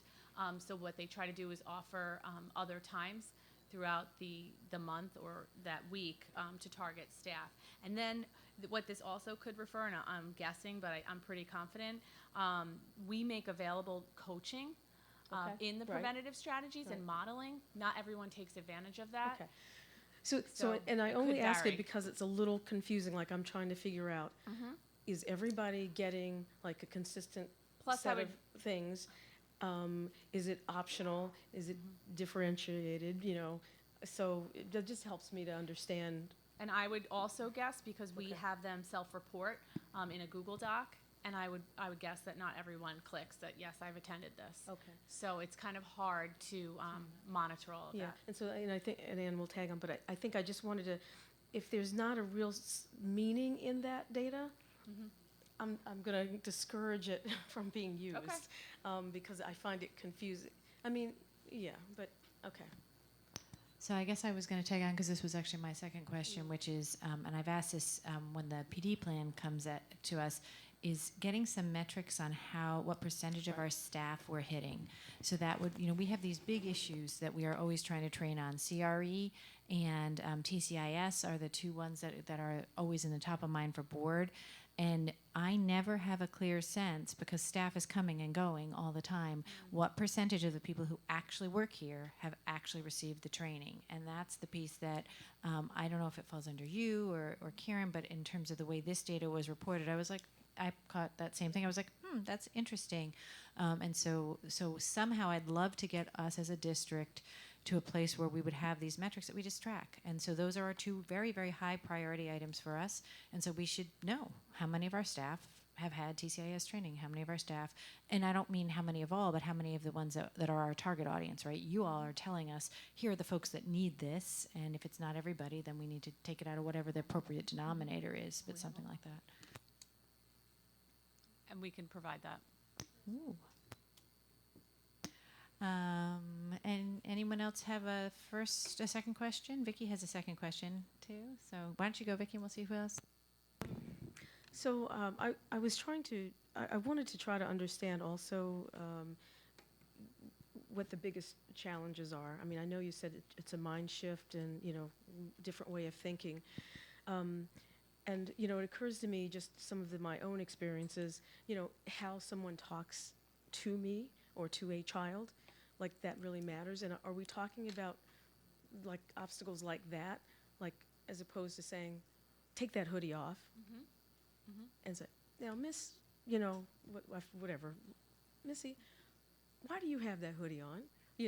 I mean, things like that. Is it how we're talking to kids? Is that a big obstacle? Is it that we are personally like so offended when there's, it feels like a personal attack on me as a teacher or someone that I just can't wrap my head around, and I want to send this kid out of the classroom.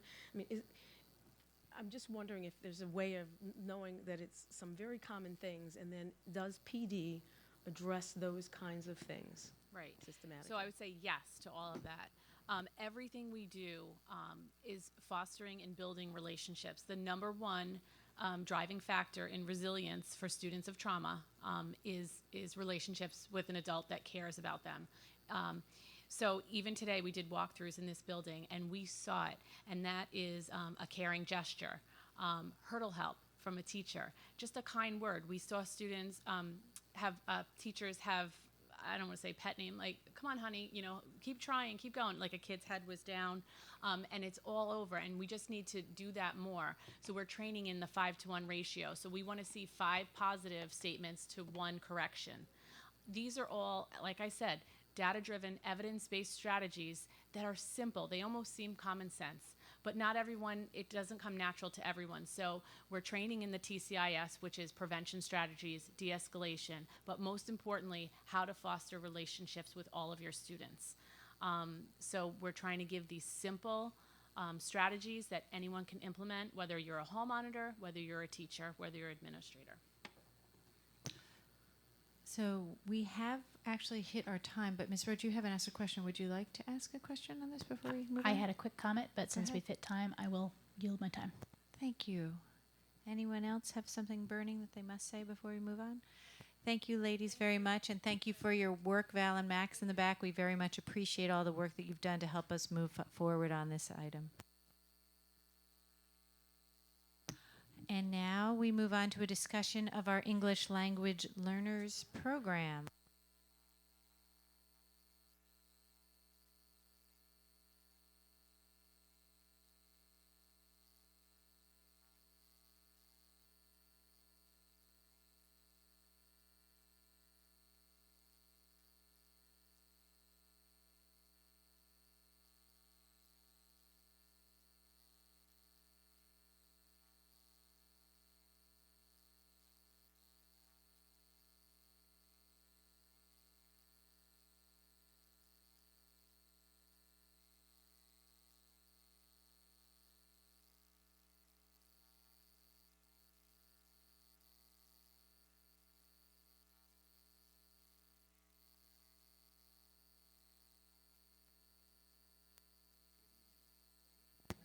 Good evening.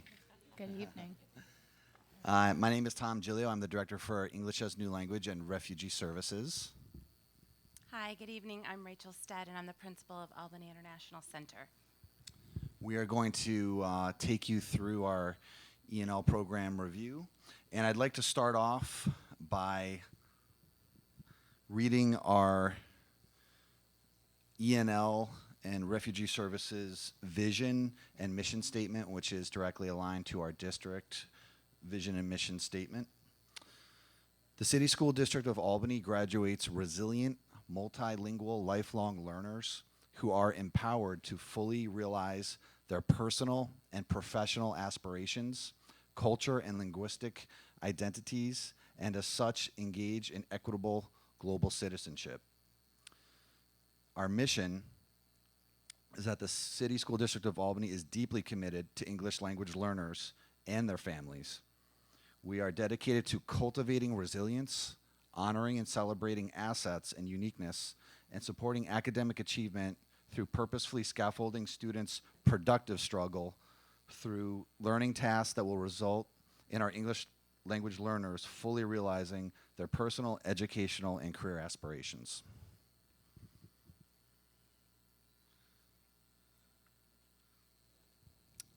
So as we move through our presentation,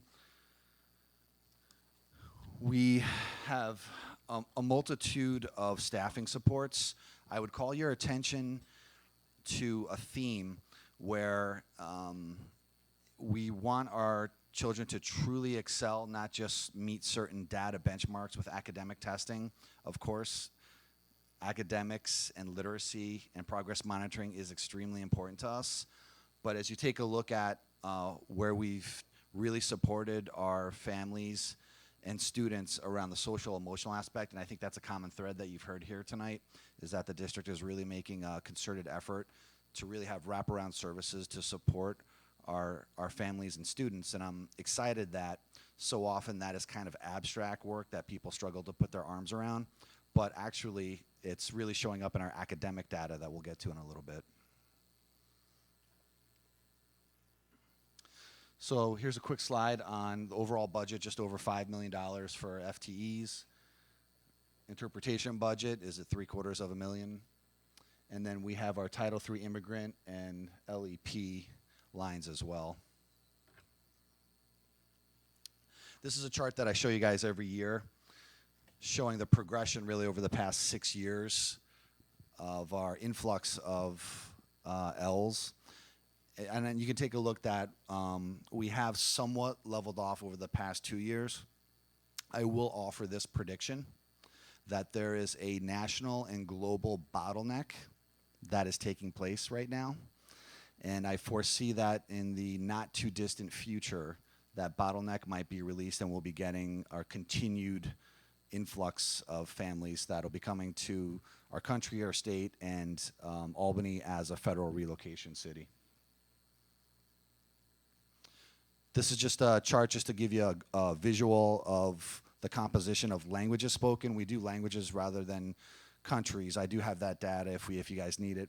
But you take a look, Arabic and Spanish typically go neck and neck for 1 and 2, and any given month they can kind of surpass as we move along. Some trending languages, I would point you to Swahili and Farsi has started to increase. We've noticed a little bit of a slowdown in our children from Myanmar that speak Karen, and a little bit more of an uptick from our families that are coming to us from the Middle East.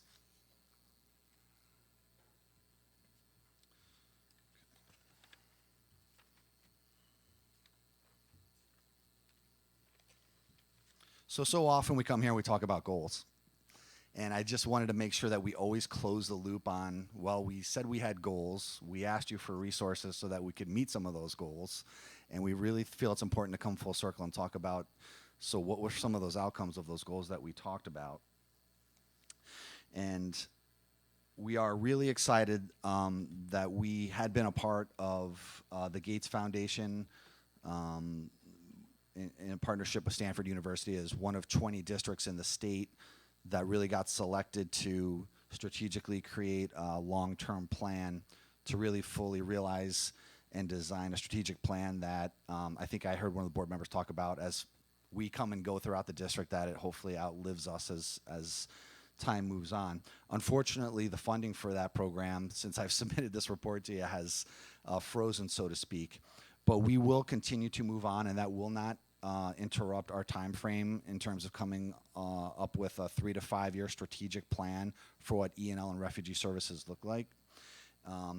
And so we are excited that we do have the framework. That work did create our vision and mission statement, as long as help us think about instructional deployment for best practice moving forward. So we also want to enhance and expand the Albany International Center. And I'm really excited that Rachel's going to share with you some pretty powerful data, social, emotionally, as well as academically, in the short lifespan of that program, of what it's really done for us. And again, a theme that you've heard tonight is that trauma-informed care for our kids. And of course, it's really about the big people in an organization, I believe, right? Because the children make a lot of sense. They, in a sense, they're kind of like water, and the programming and ways that we support the adults in the district are the vessel. So whatever shape that vessel is, the kids are going to fill it, right? So we have to make sure that the adults are trained and are trauma informed. And Rachel's done a great job in bringing some of that strategic planning she'll talk about in a little bit.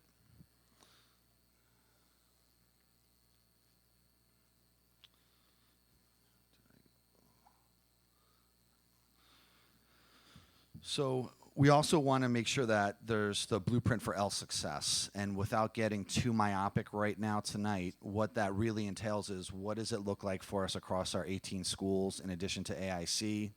What does it look like for our instructional programming?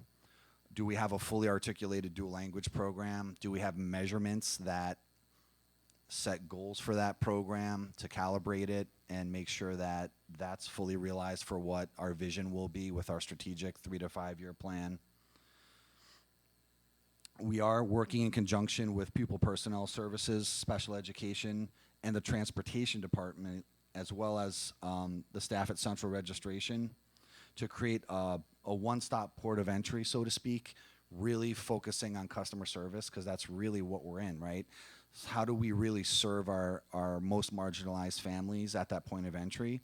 We are not 100% where we need to be, but I'm really proud of the growth that we've had since the past year in terms of having those wraparound services, from making sure that documents are presented in the language of preference for the families, but then again, trying to go deeper, knowing that some of our families are functionally illiterate in their native language, so we have to make sure that we have on-site interpreters there that can really meet their needs, and if it's not, we make sure that we stop the process and schedule a time that's convenient for them, not the district, to move forward with that intake process.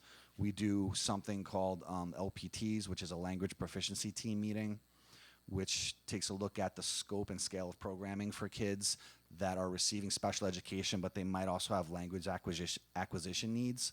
And we stop and get the whole team together, and the parent or guardian is an equal member of that decision-making team for what type of programmatic needs that child may have moving forward.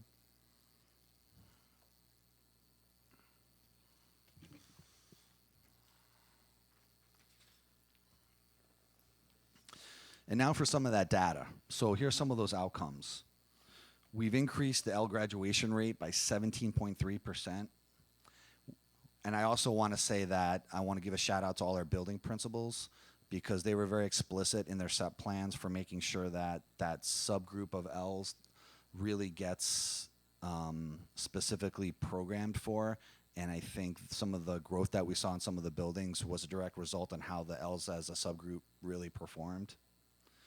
Our discipline data, Ls as a subgroup, suspension rate is down 4% over the past 3 years. Our attendance rate has increased 2% to just under 93%. We want to make sure we hit that 95% goal. And we talk about, people say achievement gap, and I think that's really false, right? It's really an opportunity gap. And so I'm really excited that that NWEA measure that we do throughout the school year in the fall and the spring, that their Ls as a subgroup have really caught up, in a sense, to their typical peers with how they're doing on growth rates for that. And then really, what's the bottom line for us? It's high school graduation, right? So how we're doing with our pass rates at Albany High. And this is some really powerful stuff, and I want to stop and give a shout out to our amazing teachers and support staff at Albany High and also at the middle schools, getting the kids ready to be successful as they move forward. And this is over a 3-year trend that for ELA courses, we're up 4% to 84%. Math, we had an increase over 3 years of 21% now, from 56 to 77% pass rate. Science, 14% increase to 78. Social studies, 63 to 81%. And again, a huge increase in that graduation rate.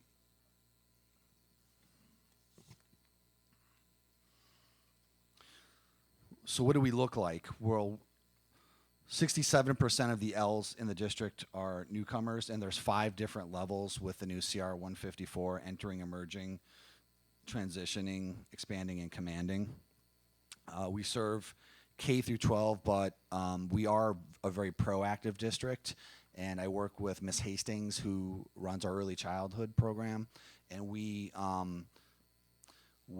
flag, so to speak, usually 75 to 100 kids that are going to be rolling up from pre-K to K, to be proactive with them, because once they hit K, then they might get screened and identified for services. But we already have that. We know who they are, we know who their families are, and we're ready to give that proactive support in that early childhood program for them. And that's just a repeat of some of the data. I apologize for that. And now Rachel's going to talk a little bit about the Albany International Center. So as you know, Albany International Center opened in September of 2017, and first year was a building year in every sense of the word, but we do have a few things that I want to highlight as successes.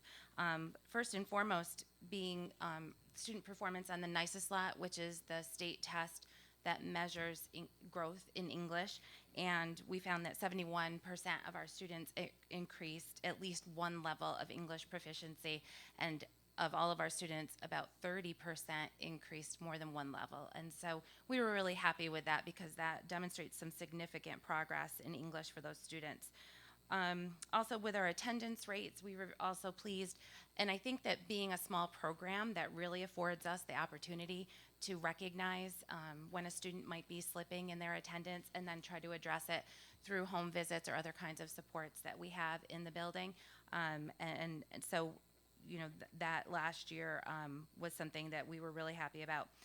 Another thing that we did last year in our high school algebra class, I know that our teachers get very nervous about pace in terms of keeping up with the curriculum. So something we decided to do was to use Title III funding to offer a summer program to students that would really help us just extend the curriculum for those students, give them a little bit more time, and then take the Regents exam in August.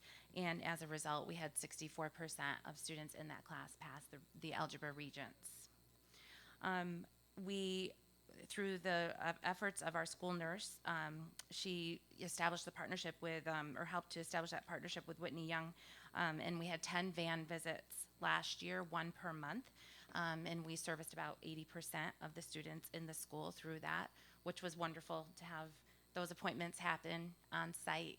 Students aren't missing as much school when they can just go out to the van, and we also help to provide translators to be present as well to help communicate with the students. Another really big thing for us last year was to get our 2 CDTA routes, Tripper bus routes, up and running. It's so important to our newcomer students. They rely on the fact that they can have that one bus route. They don't have to, in their very first months, try to navigate the city. We wouldn't want that for them anyway. And so, that was something that we were really happy about. And then at the end of the year, we transitioned 19 students back to their home schools. And the decision to transition came about as a discussion with teachers, with parents, and we had a transition committee that reviewed student data to try to make that decision about whether or not students were ready to return to their home schools. So in terms of this year, some of the things that we're working on, we have expanded those Whitney Young van services, and so now the van is coming twice a month. And we also now have a partnership with St. Peter's Dental Van. They're actually on site today, I believe, and they have been for the past several weeks. We've got, I think, out of our roughly 130 students, 84 who've signed up for that van. So that has been a really great support for them. We realized really quickly last year that the development of social and emotional supports was going to be really important for our students, especially given the trauma that most of them have experienced. And so there were a few things this year a couple that we started last year and then others that we have begun this year to try to help support students in that way. One of them is the restorative justice practices. Some of our staff were trained last year, along with others across the district, in facilitation of restorative practices circles. And we use this in a lot of different ways. We use those circles in non-discipline types of scenarios. We also use them to try to help resolve situations among students. Sometimes it is in response to like a code of conduct violation. So far this year, we've had between 10 and 15 restorative circles. And I can tell you, at least anecdotally, that we have seen success, especially among our year 2 students who are this year seeking out the adults in the building to try to help resolve situations for them. And so that, we see as evidence of, the initial success of that, but we still are continuing to build that practice. The other thing that we've done is start a character education program called the Positivity Project. I know that earlier you heard Carrie Canzoni-Ball mention that relationships is really at the foundation of everything that we're doing, especially when it comes to trauma-informed practices, especially when it comes to culturally responsive practices.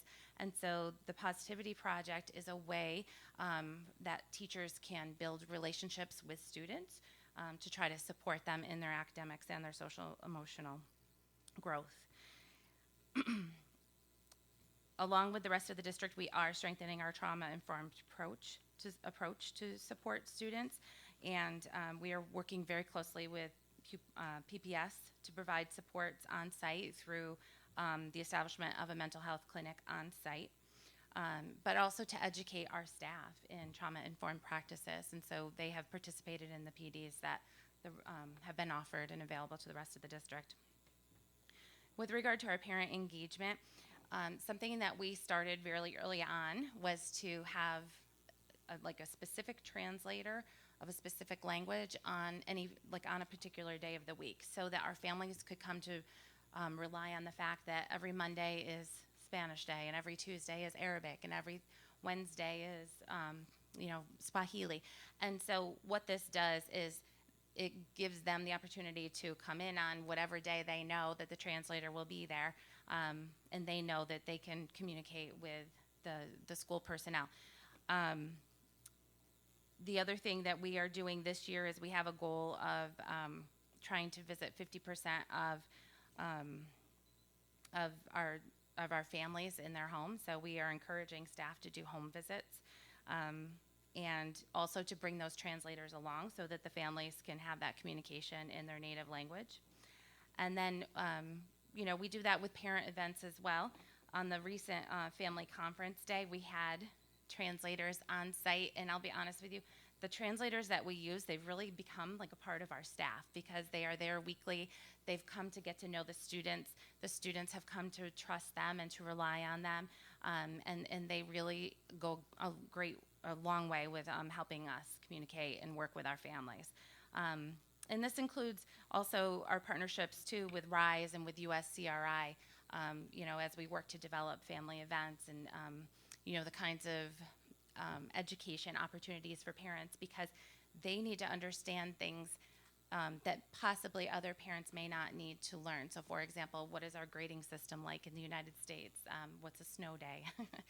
How do you find out about a snow day? Those kinds of things are all really important. And so we utilize our translators in a lot of different ways to help them get that information.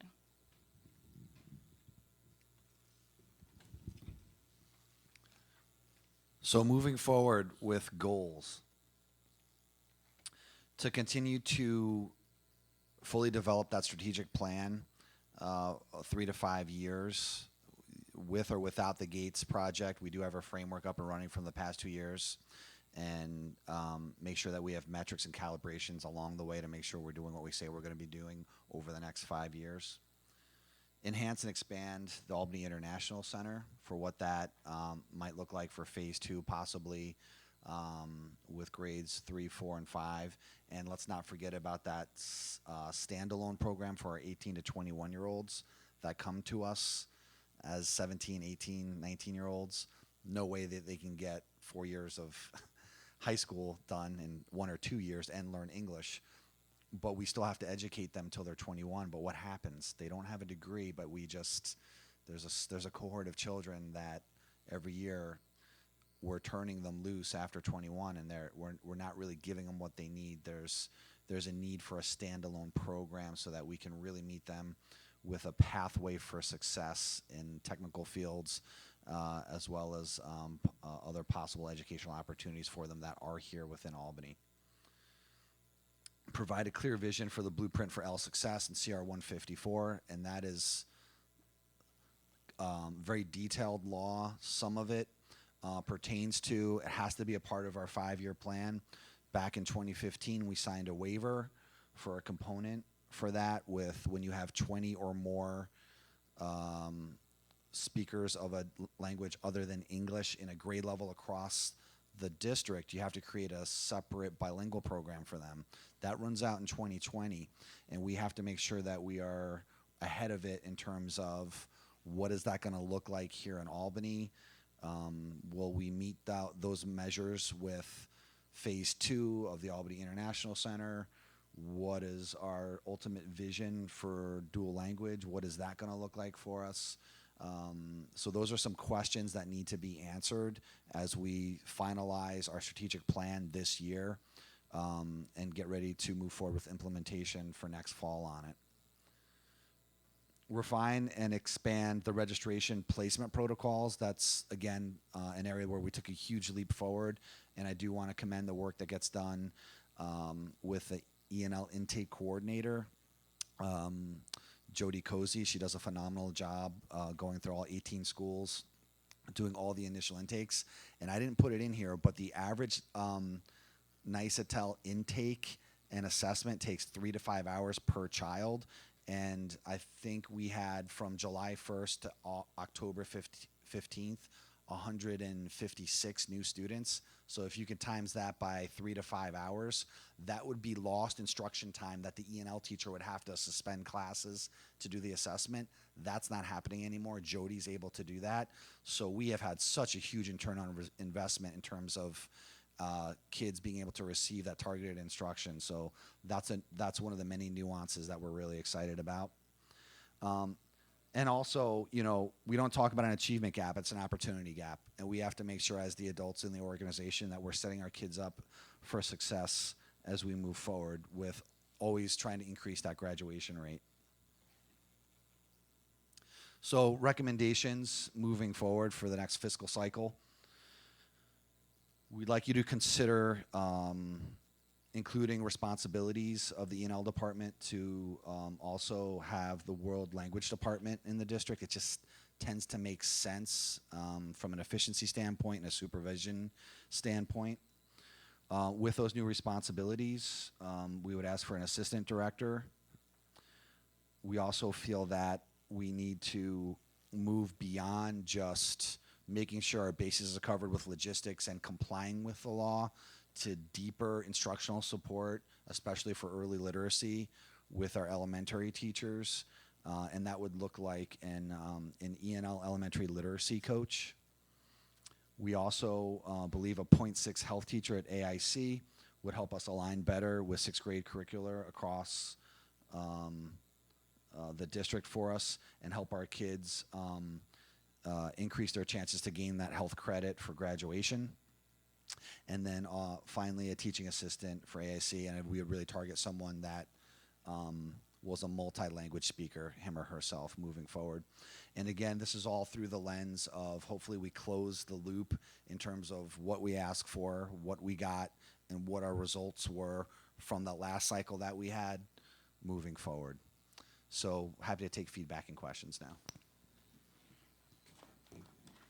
Thank you very much for the excellent presentation, both of you. We really appreciate it. And now, who would like to ask the first question? As always, try and pick your most important question first. Ms. Roach. Hi, I had a question regarding some of the information on your report on the meeting the CR 154 guidelines, and it was about students with disabilities. I was trying to read it over. It looked like you were describing how you incorporate special education services for students that already come to us with IEPs, but what about students, you know, the students that, the SIFE, the interrupted formal education students that may not have had formal education?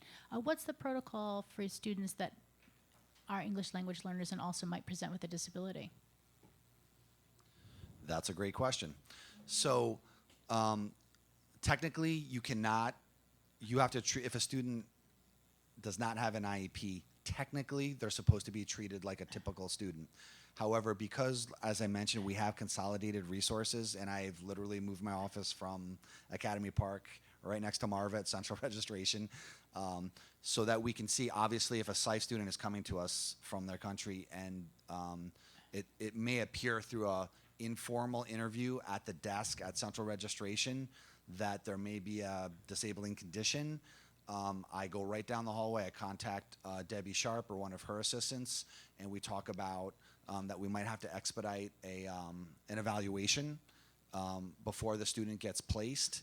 And obviously, if we feel that the urgency of that evaluation precedes that maybe that the student is going to become identified, then that's how we try and proactively do that. I mean, if the child clearly may have a disabling condition. Okay, So to the best of our ability, we try but it's a fine line because we also don't want to go and start making prejudgments about kids moving But forward. we're working, and there's a process to kind of flag and potentially, or at least Yes, there's a pre-identify. There's an let's say. informal interview, and Yes. that's really where we catch them when we do a social history in their native language, and then that moves on to a formal interview, and usually we catch those type of kids in that process. Thank you so much.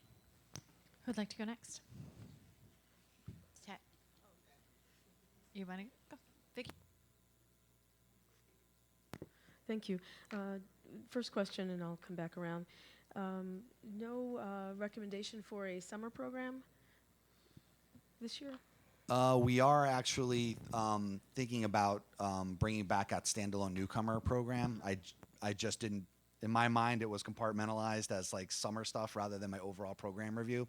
So we are going to be planning to do a standalone newcomer. We called it a newcomer summer program that we did 2 years ago. So I apologize that I did not include that. Jen? What are kind of your metrics or data based on children that are coming in and qualify for an ENL program? How long are they usually in a program? How do they typically get out of the program? I know they take a test, but are there other things as well? I know at Hackett, a lot of the ENL students are still on one floor. You know, they keep them whether or not they're in or out. So how does that process work once they get older? Just to clarify, so your question is, how long does a student typically stay receiving ENL services? That's a tough question for me to answer. I think that there is many different types of Ls.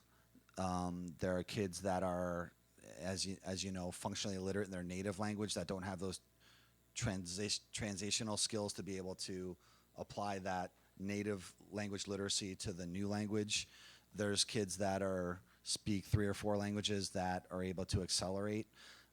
So I couldn't say how long a typical kid stays receiving ENL services because there truly is a range. We do expect to have at least a year's worth of growth in that continuum with the 5 different levels moving forward. So depending on where a kid tests with an ISATEL, some kids may test as completely functionally illiterate, and there's some kids may be expanding. They're just on the cusp of becoming commanding. So it's tough for me to generalize in that sense. But I will say that there is a pattern of, in Albany, we typically get refugee students versus where some other school districts might get kids that didn't have any type of interrupted formal education. So SIFE students do tend to be different than if your parents are coming over here for, to work at the university or something like that. There's just a little bit of one L is not like another L is what I'm trying to say. So I would hesitate to say, like 1.5 years is how long a kid should come. So I'm just not comfortable giving an exact time for that. Was the second part of your question around programming at Hackett, or? I guess, do they usually stick together in middle schools or high schools? I mean, are they I was told they were kind of kept together because that's where the ELL teachers are, so I was just kind of wondering if that was a strategy as well, or if that was something actually unique. we're trying to create, so there's like the bare minimum of the law, and then there's like what's really the best practice for kids that moves kids along. So we're really trying to support kids in all 4 of their core academic classes. So Hackett, by way of example, for the most part, those kids have a section that they rotate because, of course, they're departmentalized. And an ENL teacher per grade level for 6th grade, for 7th grade, for 8th grade will do co-teaching with the math teacher, with the English teacher, with the science teacher to support those kids in that academic setting, as well as, depending on which one of those 5 levels those kids fall on, they get a certain amount of units of study for standalone or, basically where they would just be working with a small group of Ls with just the ENL teacher. So they get a combination of those services based on where they fall on that 5 levels of continuum. I will say this, it's not the same in all of our middle schools. And that's something that we're working to find out. Are we okay with that? That's necessarily a bad thing if we're targeting equity, right? Because equity means that we have to give different people different things for success, but we can't be casual about it. So that's part of that big strategic plan where we want to make sure that we're being purposeful with what that looks like for each of our schools. Who's next? Ms. Wilson. Thank you. Excellent presentation, of course, and I think what it does is set a context for people to understand that almost 1 in 8 children in our district are English language learners, which is, not as something to think of as marginal or in any sense. And I appreciate that this one thing that's not so much spoken about is the opportunity for permanency, transitioning from maybe some degree of instability, a lot of transitioning, but we're giving them a shot at permanency. My question was, If you could speak to any sort of unique challenges that we should consider, maybe it being the walk to and from school, any kind of dietary needs or preferences, or even things like regional or differences in cultures with conflicts sort of when they come into contact with each other and things of that nature. Do you have any sort of insights into that? Yeah, I just think it's such a great nuanced question, because so often, in a very Eurocentric way, we tend to say, oh, well, all those L's over there, thinking like, okay, like one L fits all, right? And so I think Rachel could even speak better to it than I could in terms of, when you have many different groups of kids from all around the world, and many of whom have really experienced some extreme diagnosed and undiagnosed trauma. And of course, we know, I'll lean on Dr. Canzoni Ball, that trauma really expresses itself in different ways through different kids.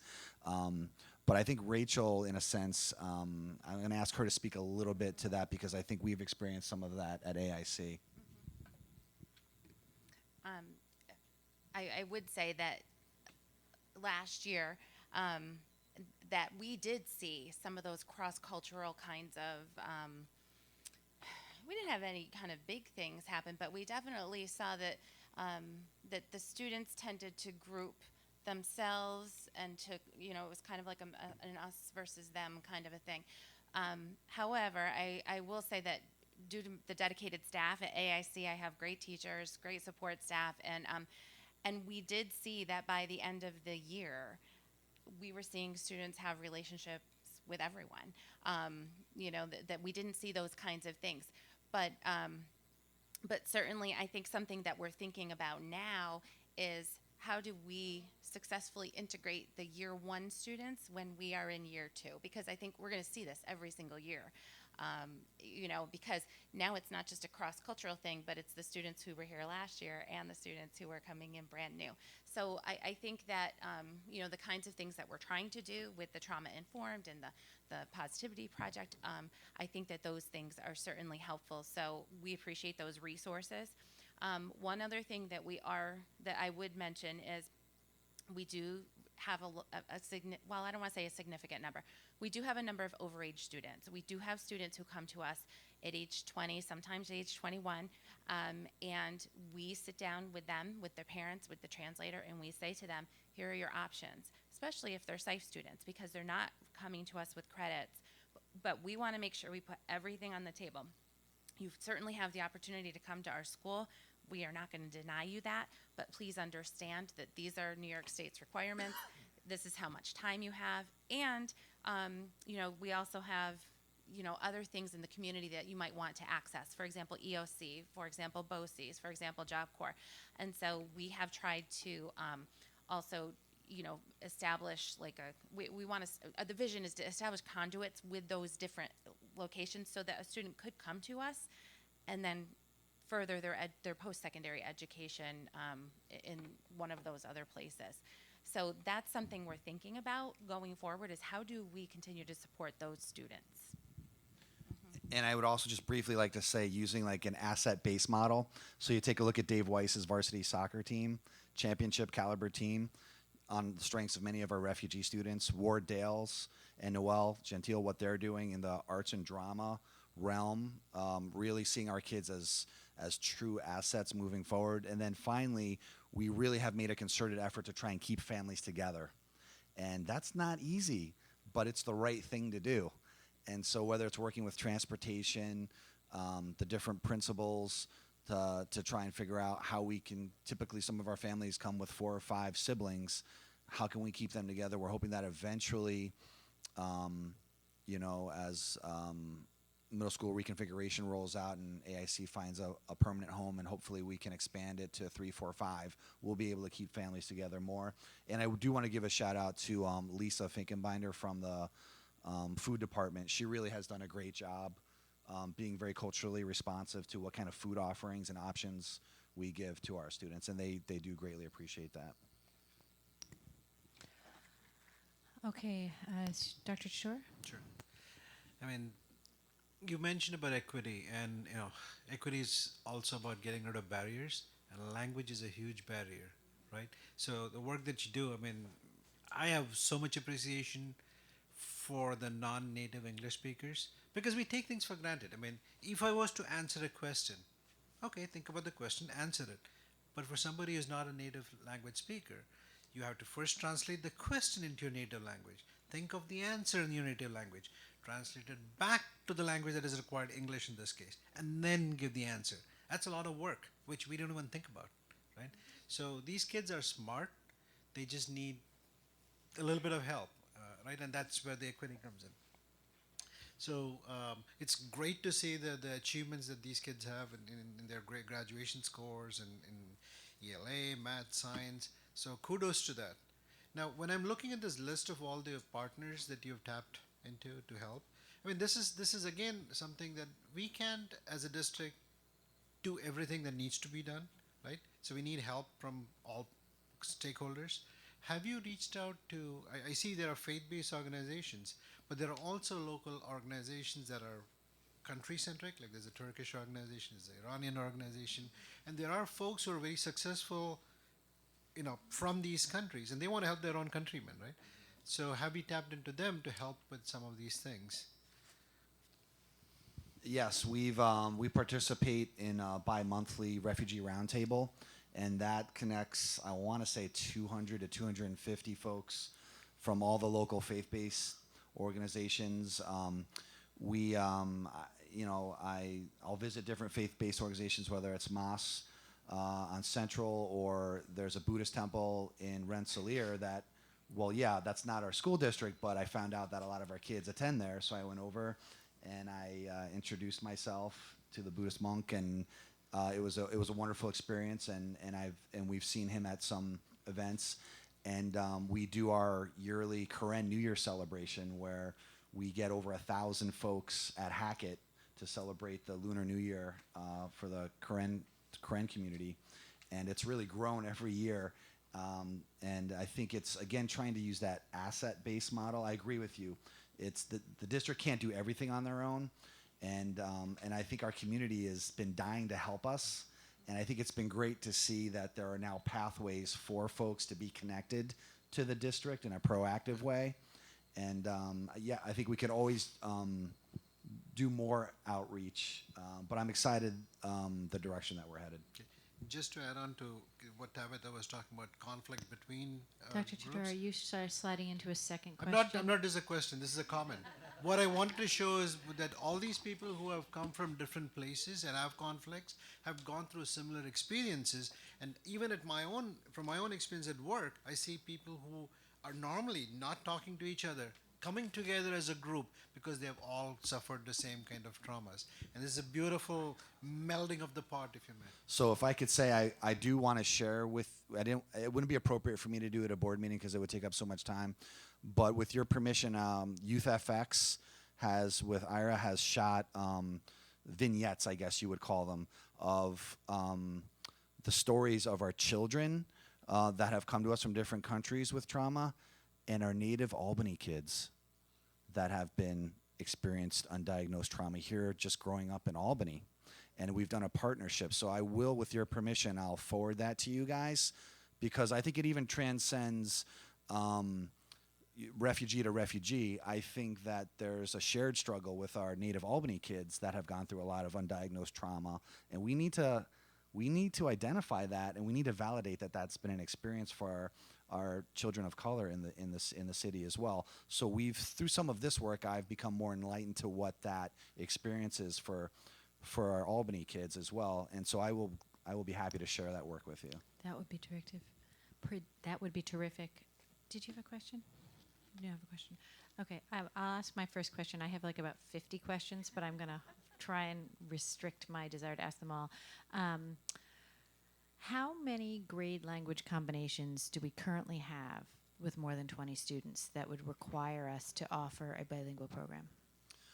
Off the top of my head, I want to say there's at least 3 Okay. combinations. I think maybe 2 different Spanish grades and 1 Arabic grade. Board colleagues, since that was only like a 6-word answer, can I ask my second question? Thank you. My second question is, I feel like I am constantly confused about translation. I really don't get it. I thought that we had some sort of capacity to provide on-demand translation, that we had some sort of contractual opportunity for that. Is that true? Do we have somebody on contract so that if we needed something, if we need like instantly, there's a kid, there's a teacher, we need help, that we can access that, or do we not have that service? We have tried different vendors and servers for that. There's things that have been promised that could be done, and then maybe things that haven't really necessarily been done as we needed. I think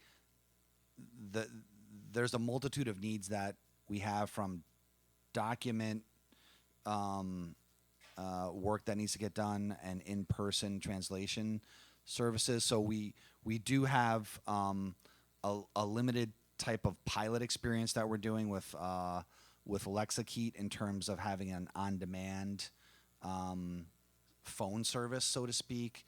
This is such a new industry in a sense that they're like, I don't know what the right term is, beta testing things to see if it actually works. I'm confident that at some point they'll be able to just flip on your phone and have someone there for you. Right now, it's not really been the fidelity that we really need. So as of right now, we don't have the ability just to hit the switch and have someone come on a computer screen or your phone and be able to do that. We're being told that it's imminent and that they're testing it. So we're hoping that that will happen. We do have, this past year, we did have it at certain schools with the health office. I think at Rachel's program, I think at DCS, at Giffen, the nurses had access to a phone auditory service, but it wasn't a screen visual. And that, I got mixed feedback from that. Okay. Because I guess the model for me as a layperson is, I go to the doctor's office and they have the little piece of paper that says, if you speak this language, tell me and I can help you in like 50 languages.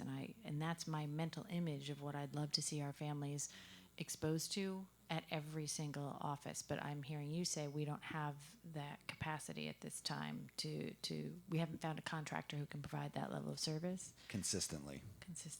Okay. Vicki, did you have a second question? Thank you. I also very interested in the overage group of students that you have. On average, how many do you have who fit that category? And do you have? I know you said you have a social worker. Do you have? But do you have a guidance counselor, or is it the social worker? Okay. Yeah. Oh, two separate. Okay. Yeah, I have both. Okay. And I was interested in whether, and I know that it's more complicated, but are we able to introduce those older students to some of those high school pathways? I mean, it might just be course. You're talking about the post-secondary types of things. Yes. Right, yes.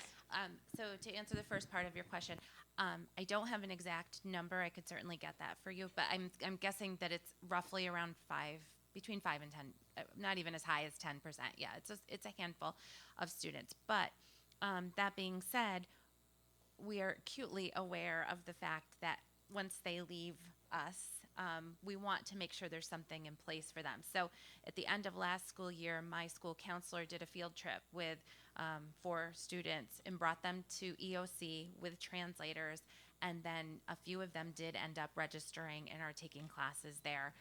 Another student went to BOCES. Just this week, my school psychologist brought 4 students to the construction trades fair yesterday. So we are trying, yeah. So we are working on those types of things, yeah. Ms. Lang, did you have another question? So I know I sent this out earlier in the week that I was going to ask this question, so I'll ask it.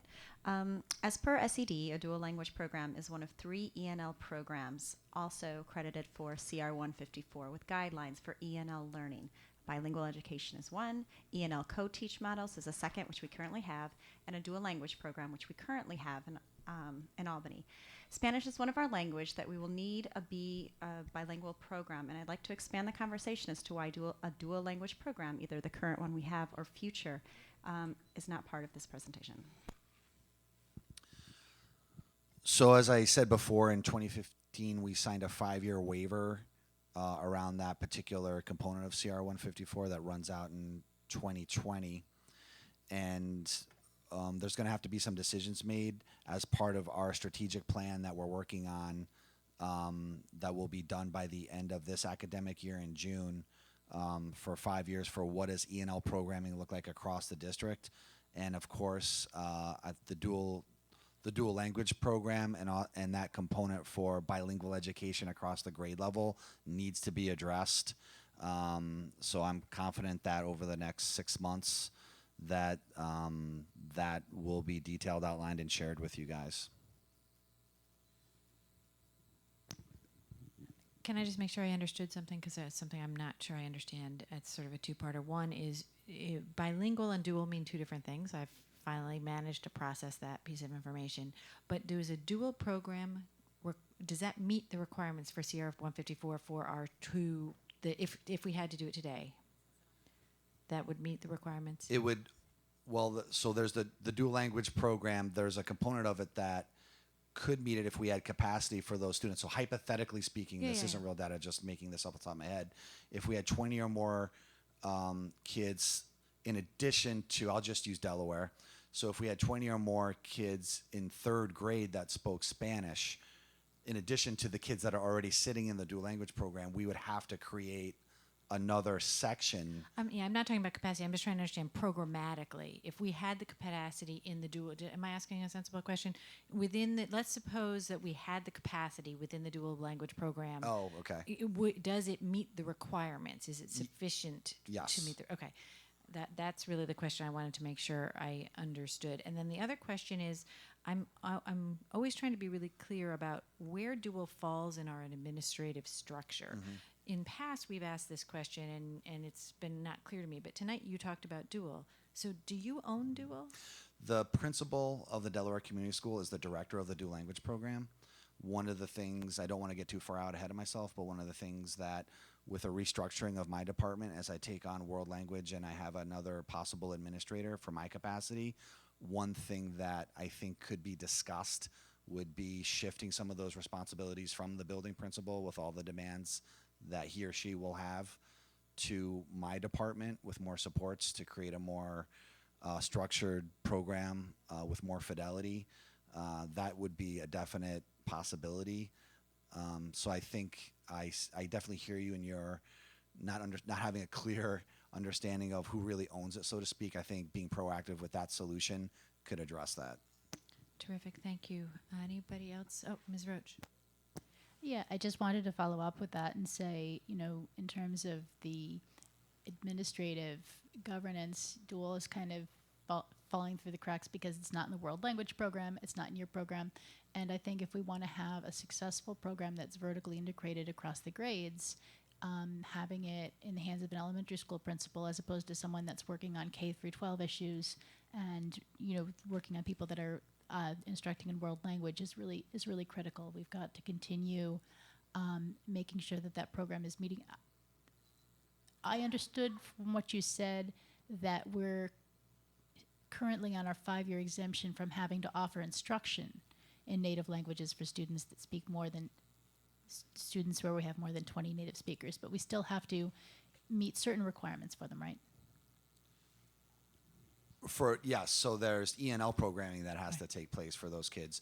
There's also that other part of CR 154 where it's 20 or more in a grade level across the district. You'd have to have an option, and it would be an opt-in. Obviously, we wouldn't just ship kids there. We would have to ask the parents if they would like to have that program. So it'd have to be available. A bilingual program would have to be available for those kids, 20 or more, in any grade level, K-12. It's not just an elementary thing moving forward. Of course, there's challenges for that because every year you're going to have different kids and they move forward, but I'm confident that we'll be able to come up with a strategic plan for it. So how would our staffing look? What are the staffing locally? Sorry to ask a second question. Thanks. I think I was more asking how hard or easy would it be to find teachers of some of these languages if you knew? But I know.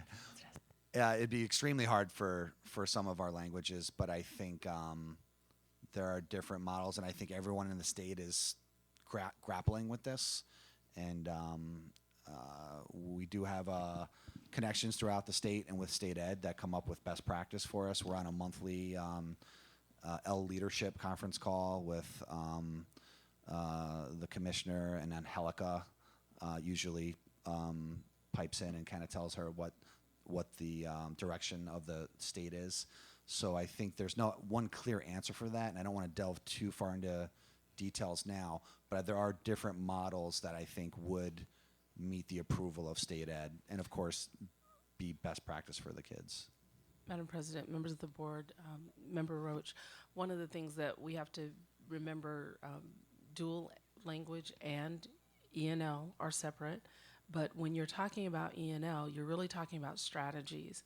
And so the specific language of the teacher, not that it's not important, it's the strategies that the teacher uses to teach English language learners or English as a new language.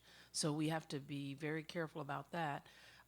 But just as when we look for teachers who speak multiple languages, there are significant limitations with that. Does that answer the question? Yes. Does anybody else have another question? I have one last one. You talked a little bit about a home visit program, and I'm just really interested in how that works. Do the teachers volunteer? I imagine that has to happen in the evening. Is this something we could use as a model for other schools? How does that work out with the contract? Well, we are piloting it.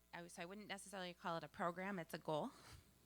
And our support staff, for example, my homeschool coordinator, my school psychologist, my school counselor, these are people who are regularly going to do home visits. You might not be surprised to know that many of the teachers in our school already do this, that we're capturing a practice that they already do. I have one teacher who last year set a goal for herself to do a home visit for all of the families of the students in her class. She had 22 students, and by the end of the year, she did do that. So, we are piloting it this year. It's one of our building goals. So I'll be happy to report back on how it went with all of those things that you just asked about. See you next year. Yes. Anybody else have something that they want to add on burning questions? Thank you very much for your time and your presentation. We always love to hear from you and we think often about the work you're doing. It's really fantastic. Thank you. Great, thank you. And now, the district 5-year facilities plan. Mr. Hogan.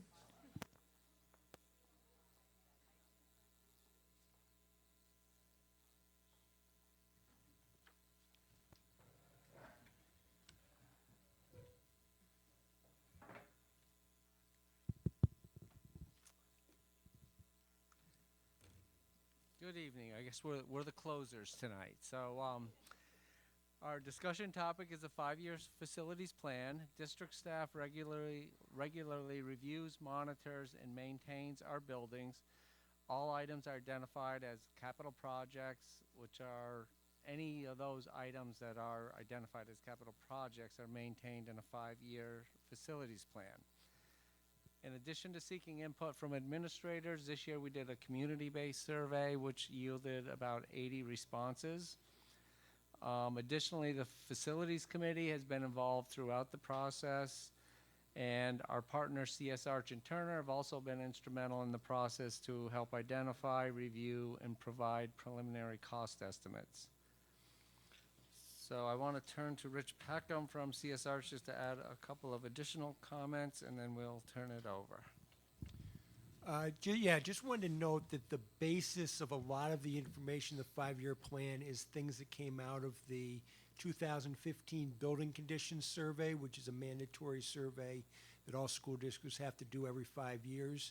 So that was the basis of it. And then since it had been 3 years since we did that as part of the process, we went back through and met with each of the principals and head custodians at each facility to identify anything that may have come up since then that was designated as a potential capital project.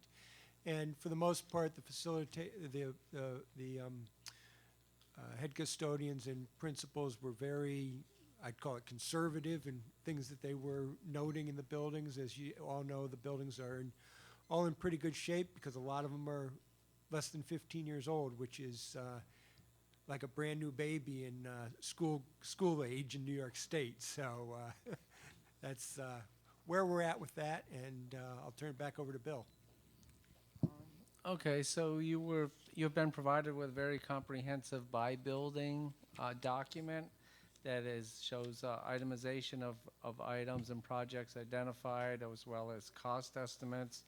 And then they have been prioritized, and the definition of the priorities is on the front cover sheet memorandum. So with that, I will turn it back to the president to proceed. And now we will go to questions. And we will once again try and go with one question at a time so that everybody gets a chance. Who would like to be first? Tabitha? I'm sorry, I'm drifting to first names as we get later. Ms. Wilson? Thank you so much. It's okay. Just in terms of facilities, full disclosure, I'm on that committee, so I won't belabor it too long, but just want to highlight that not only did you meet with principals, but we had a very well responded to survey that mirrored much of our priorities in the district, and we examined them in full depth and detail at the facilities committee. And I want to add that really I found that it was impressive that we had so much engagement from families, and they were very specific, and that we kind of were able to attend to much of their needs, and or we're already on track for much of those things. Okay, who would like to go next? I can go next. Ms. Lang? So I see that air conditioning is a big one at a lot of the facilities, and I was just kind of wondering, is this I know it's I guess it's a need. Is it a need? How often would we use the air conditioning? Do children have outside space? It seems like it's across the board for the gyms, right? I just want to ask one other add-on about that exact thing, which is why is Pine Hills Gym air conditioning a priority 2 and everybody else's is a priority 1? It was a little odd. Answer that last question first. It was an oversight because at the facilities committee, we decided that all the air conditioning in the gym should be moved to priority 1. So that one was, we just have to make that adjustment. Those 4 gyms that are identified in here are essentially the only spaces in the district that are not air conditioned. All of your buildings are fully air conditioned. When those buildings were built for budgetary concerns, they could not air condition the gyms at that point in time. So that is the reason that those 4 gyms are not air conditioned. And so it was felt that the heat in the gym sometimes for students with IEPs and other conditions can be an issue when all the rest of the schools have air-conditioned gymnasiums. Who would like to go next? Ms. Smith? You were on the facilities committee. You got to ask all the questions in committee. Anybody? I, of course, have 50 million questions because that's the way I roll, but I'll start with one. The items that are in gray that are, things we're going to work on to figure out a closer cost estimate, what's our anticipated schedule of when those might actually yield up real numbers? We're working with our engineers and with Turner on theirs. Hopefully in January we will have those numbers for you. Okay. Does anybody else have a question before I ask another question? All right, I'm just going to roll. If somebody has something, just throw it out there. A Brookin. There are a couple things on a Brookin, and I'm wondering if, given that we know a Brookin's use is going to change, we don't know exactly how it's going to change, but we know for sure it's going to change in the relatively near future, whether it's a sensible use of funds at this time. It looks like, and I'm trying to read the far away there, but it looks like there's $556,000 of total. Most of it is in priority 3, but still I'm just curious whether those are sensible expenditures right now. The items that are not, the items other than priority 3 are mainly items that are building envelope related, the integrity of the overall structure, but they're all priority 2. So as we get to finalizing the total numbers for the referendum, depending on where that falls out, those may be some of the first ones to fall off the list of being recommended. Because, for example, overhead doors was on there, and I was like, well, if we don't have car mechanics in there anymore, we're not going to need overhead doors, so why are we doing overhead doors? Because that space might be a wall. It could be, or it could end up being part of your facilities department. We don't know that, but so that's where my they question. could use the Right. overhead doors. Yeah, we just don't know that now, so to replace an overhead door, just, I don't know. I will yield up this question. And then can you talk a little bit more about handicapped accessibility at Academy Park? I see that you've got a ramp in at a higher priority, and then there's an elevator in at a lower priority. have you thought about the historic district? I believe it's on the register. It's a complicated building. It is on the register, and the thought is that to get access to the ramp would be able to give you access to the main level. And the thought is to build that off the south end of the building, the corridor that goes between the superintendent's office and the large conference room, and be able to come in at that end. I've discussed it briefly with another architect that does historic preservation work, and they felt that being able to put a ramp on to gain handicap accessibility would not be a stretch for the State Historic Preservation Office to approve. The detailing of that may be how it gets done, because he said that, you know, if it's built more so that it's removable in the future, it's one thing, or some detailing of it relative to the historic character may be appropriate. So we need to have more conversations with them to fine-tune the detailing of that. But that would still only provide access to that floor, Correct. not to the ballroom floor. And if you wanted to go to the basement where we have a lot of offices, you'd have to go outside, down the ramp, and back around through the current handicapped access. Okay, and what's the $418,000 for carpet replacement? That's replacing the carpet in all the office spaces there that we're not sure how old it is, but we're guessing probably 25 years old. And what drives the cost of that so much is there's vinyl asbestos tile, we believe, under almost all of the carpeting. So it's not really just replacing the carpeting, it's an asbestos abatement project while you're doing it. And again, with thinking about how this fits in with middle school and things changing, Arbor Hill is pretty big ticket items there. Are any of them more efficiently done as they're integrated into whatever renovations are going to come forward, assuming we pass the middle school referendum? I'm not sure that they'd be more efficient but we would do them at the same time. We wouldn't do these projects separate from anything we do at Arbor Hill relative to the middle school project. The biggest cost there's two big costs. One's the roof, which really, that's the roof. The other one is the air handling units, and that's one of the items that's grayed out because we got to do a little more analysis on exactly how we're going to replace them, because anybody that knows that building, it's not an easy building to work in. So we want to make sure that we fine-tune the scope, and Turner has a chance to better reflect that in the final costs. Yeah, that's one of the ones when you start adding up, trying to find 15 million and knowing that Priority 1 and Priority 2 together are more, that's one of the ones that you go, that's a lot of money. Is there anything that can be sucked out of there? The Ash Playfield drainage, I was a little surprised that stayed down in the red. I have seen that playground completely submerged and unusable for certainly weeks in the spring, and I noticed we had other playground issues at a much higher priority, and I just wanted to make sure that somebody had queried the families about the severity of that problem, because I have been on that playground. It's not my children's school, I'm not there a lot, but I've been on that playground where if you didn't have really high boots, like over your knee, you couldn't use the playground because you'd actually be walking in 2 feet of water. So yeah, one thing I can follow up and look at whether they're referring to the playground or the field, because the playground's not school district property. That's a public park. The actual field that's between the back of the building and the basketball court is the... Well, why don't you query it? Because where I've seen the drainage issues is out more, but we still, this is the question of equity in playgrounds that we addressed before. Even though it's a city park, having access for our kids to be able to play is important. So I don't know how we mitigate that given the complexities, but... Yeah, because the school district's not permitted to spend capital construction money on city property.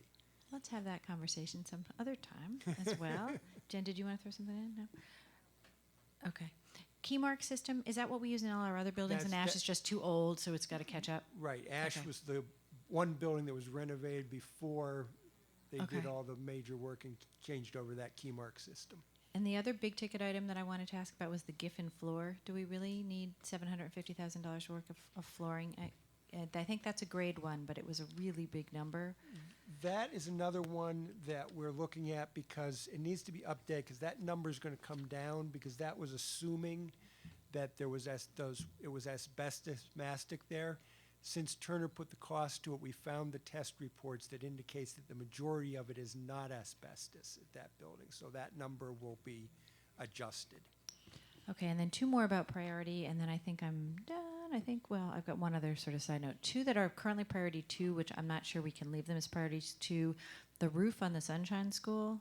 If it's a roof, if the building's not watertight, I would think that would be a priority 1. And I know that building is really 2, right? There's a historic part, and then there's an addition. Where is it that the roof is problematic? Is it the old building?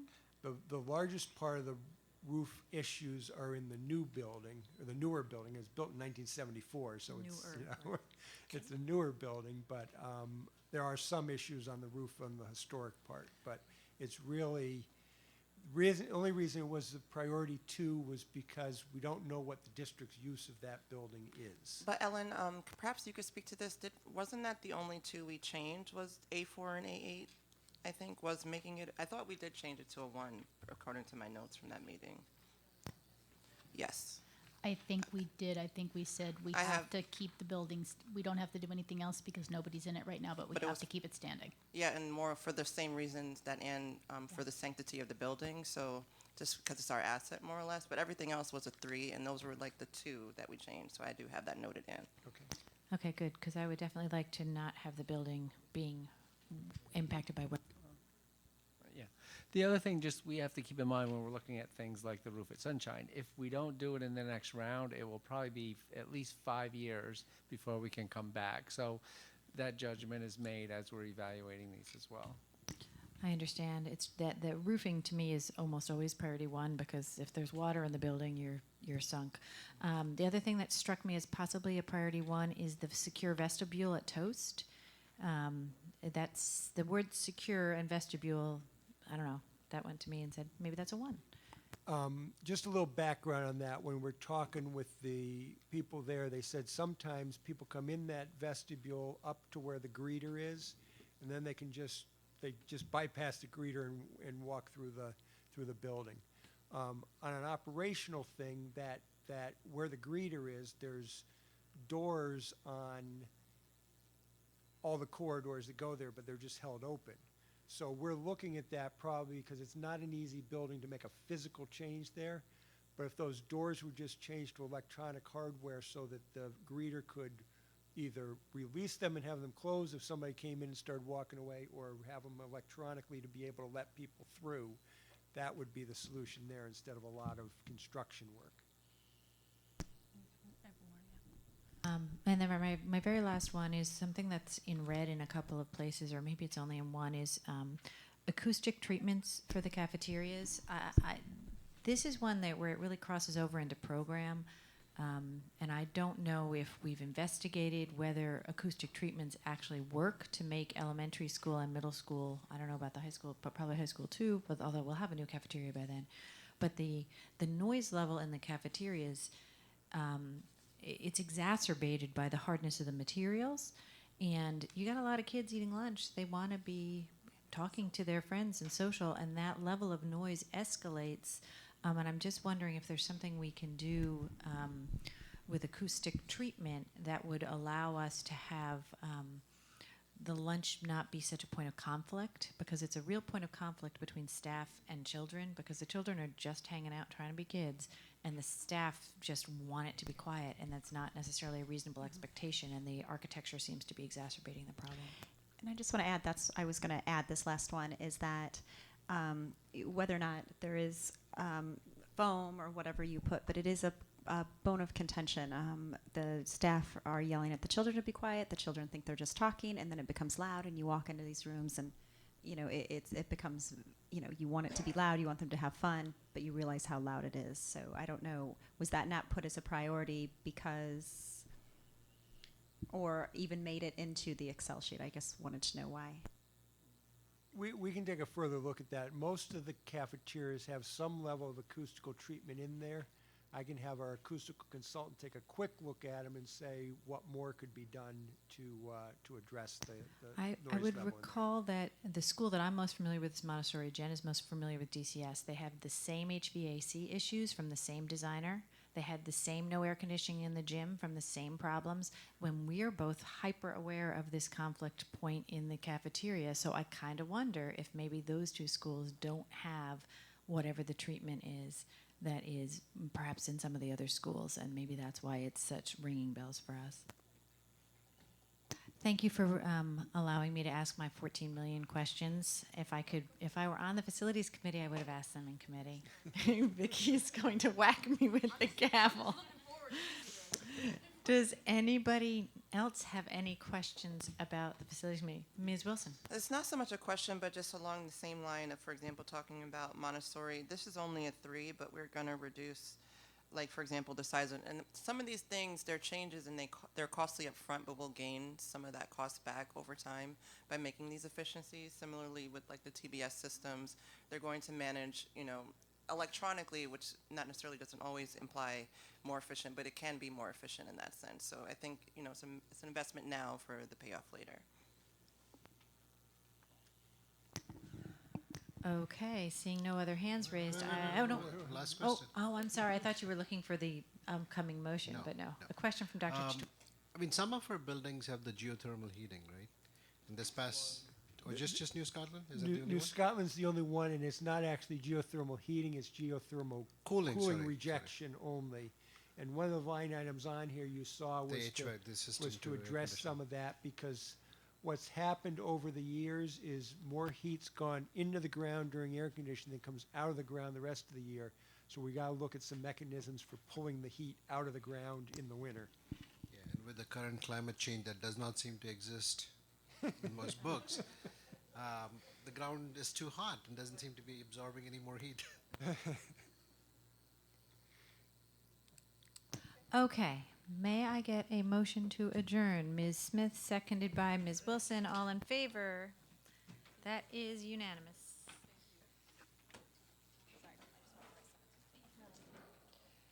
I feel like we need like a little spreadsheet because I want to be able to remember next year that Tom and Rachel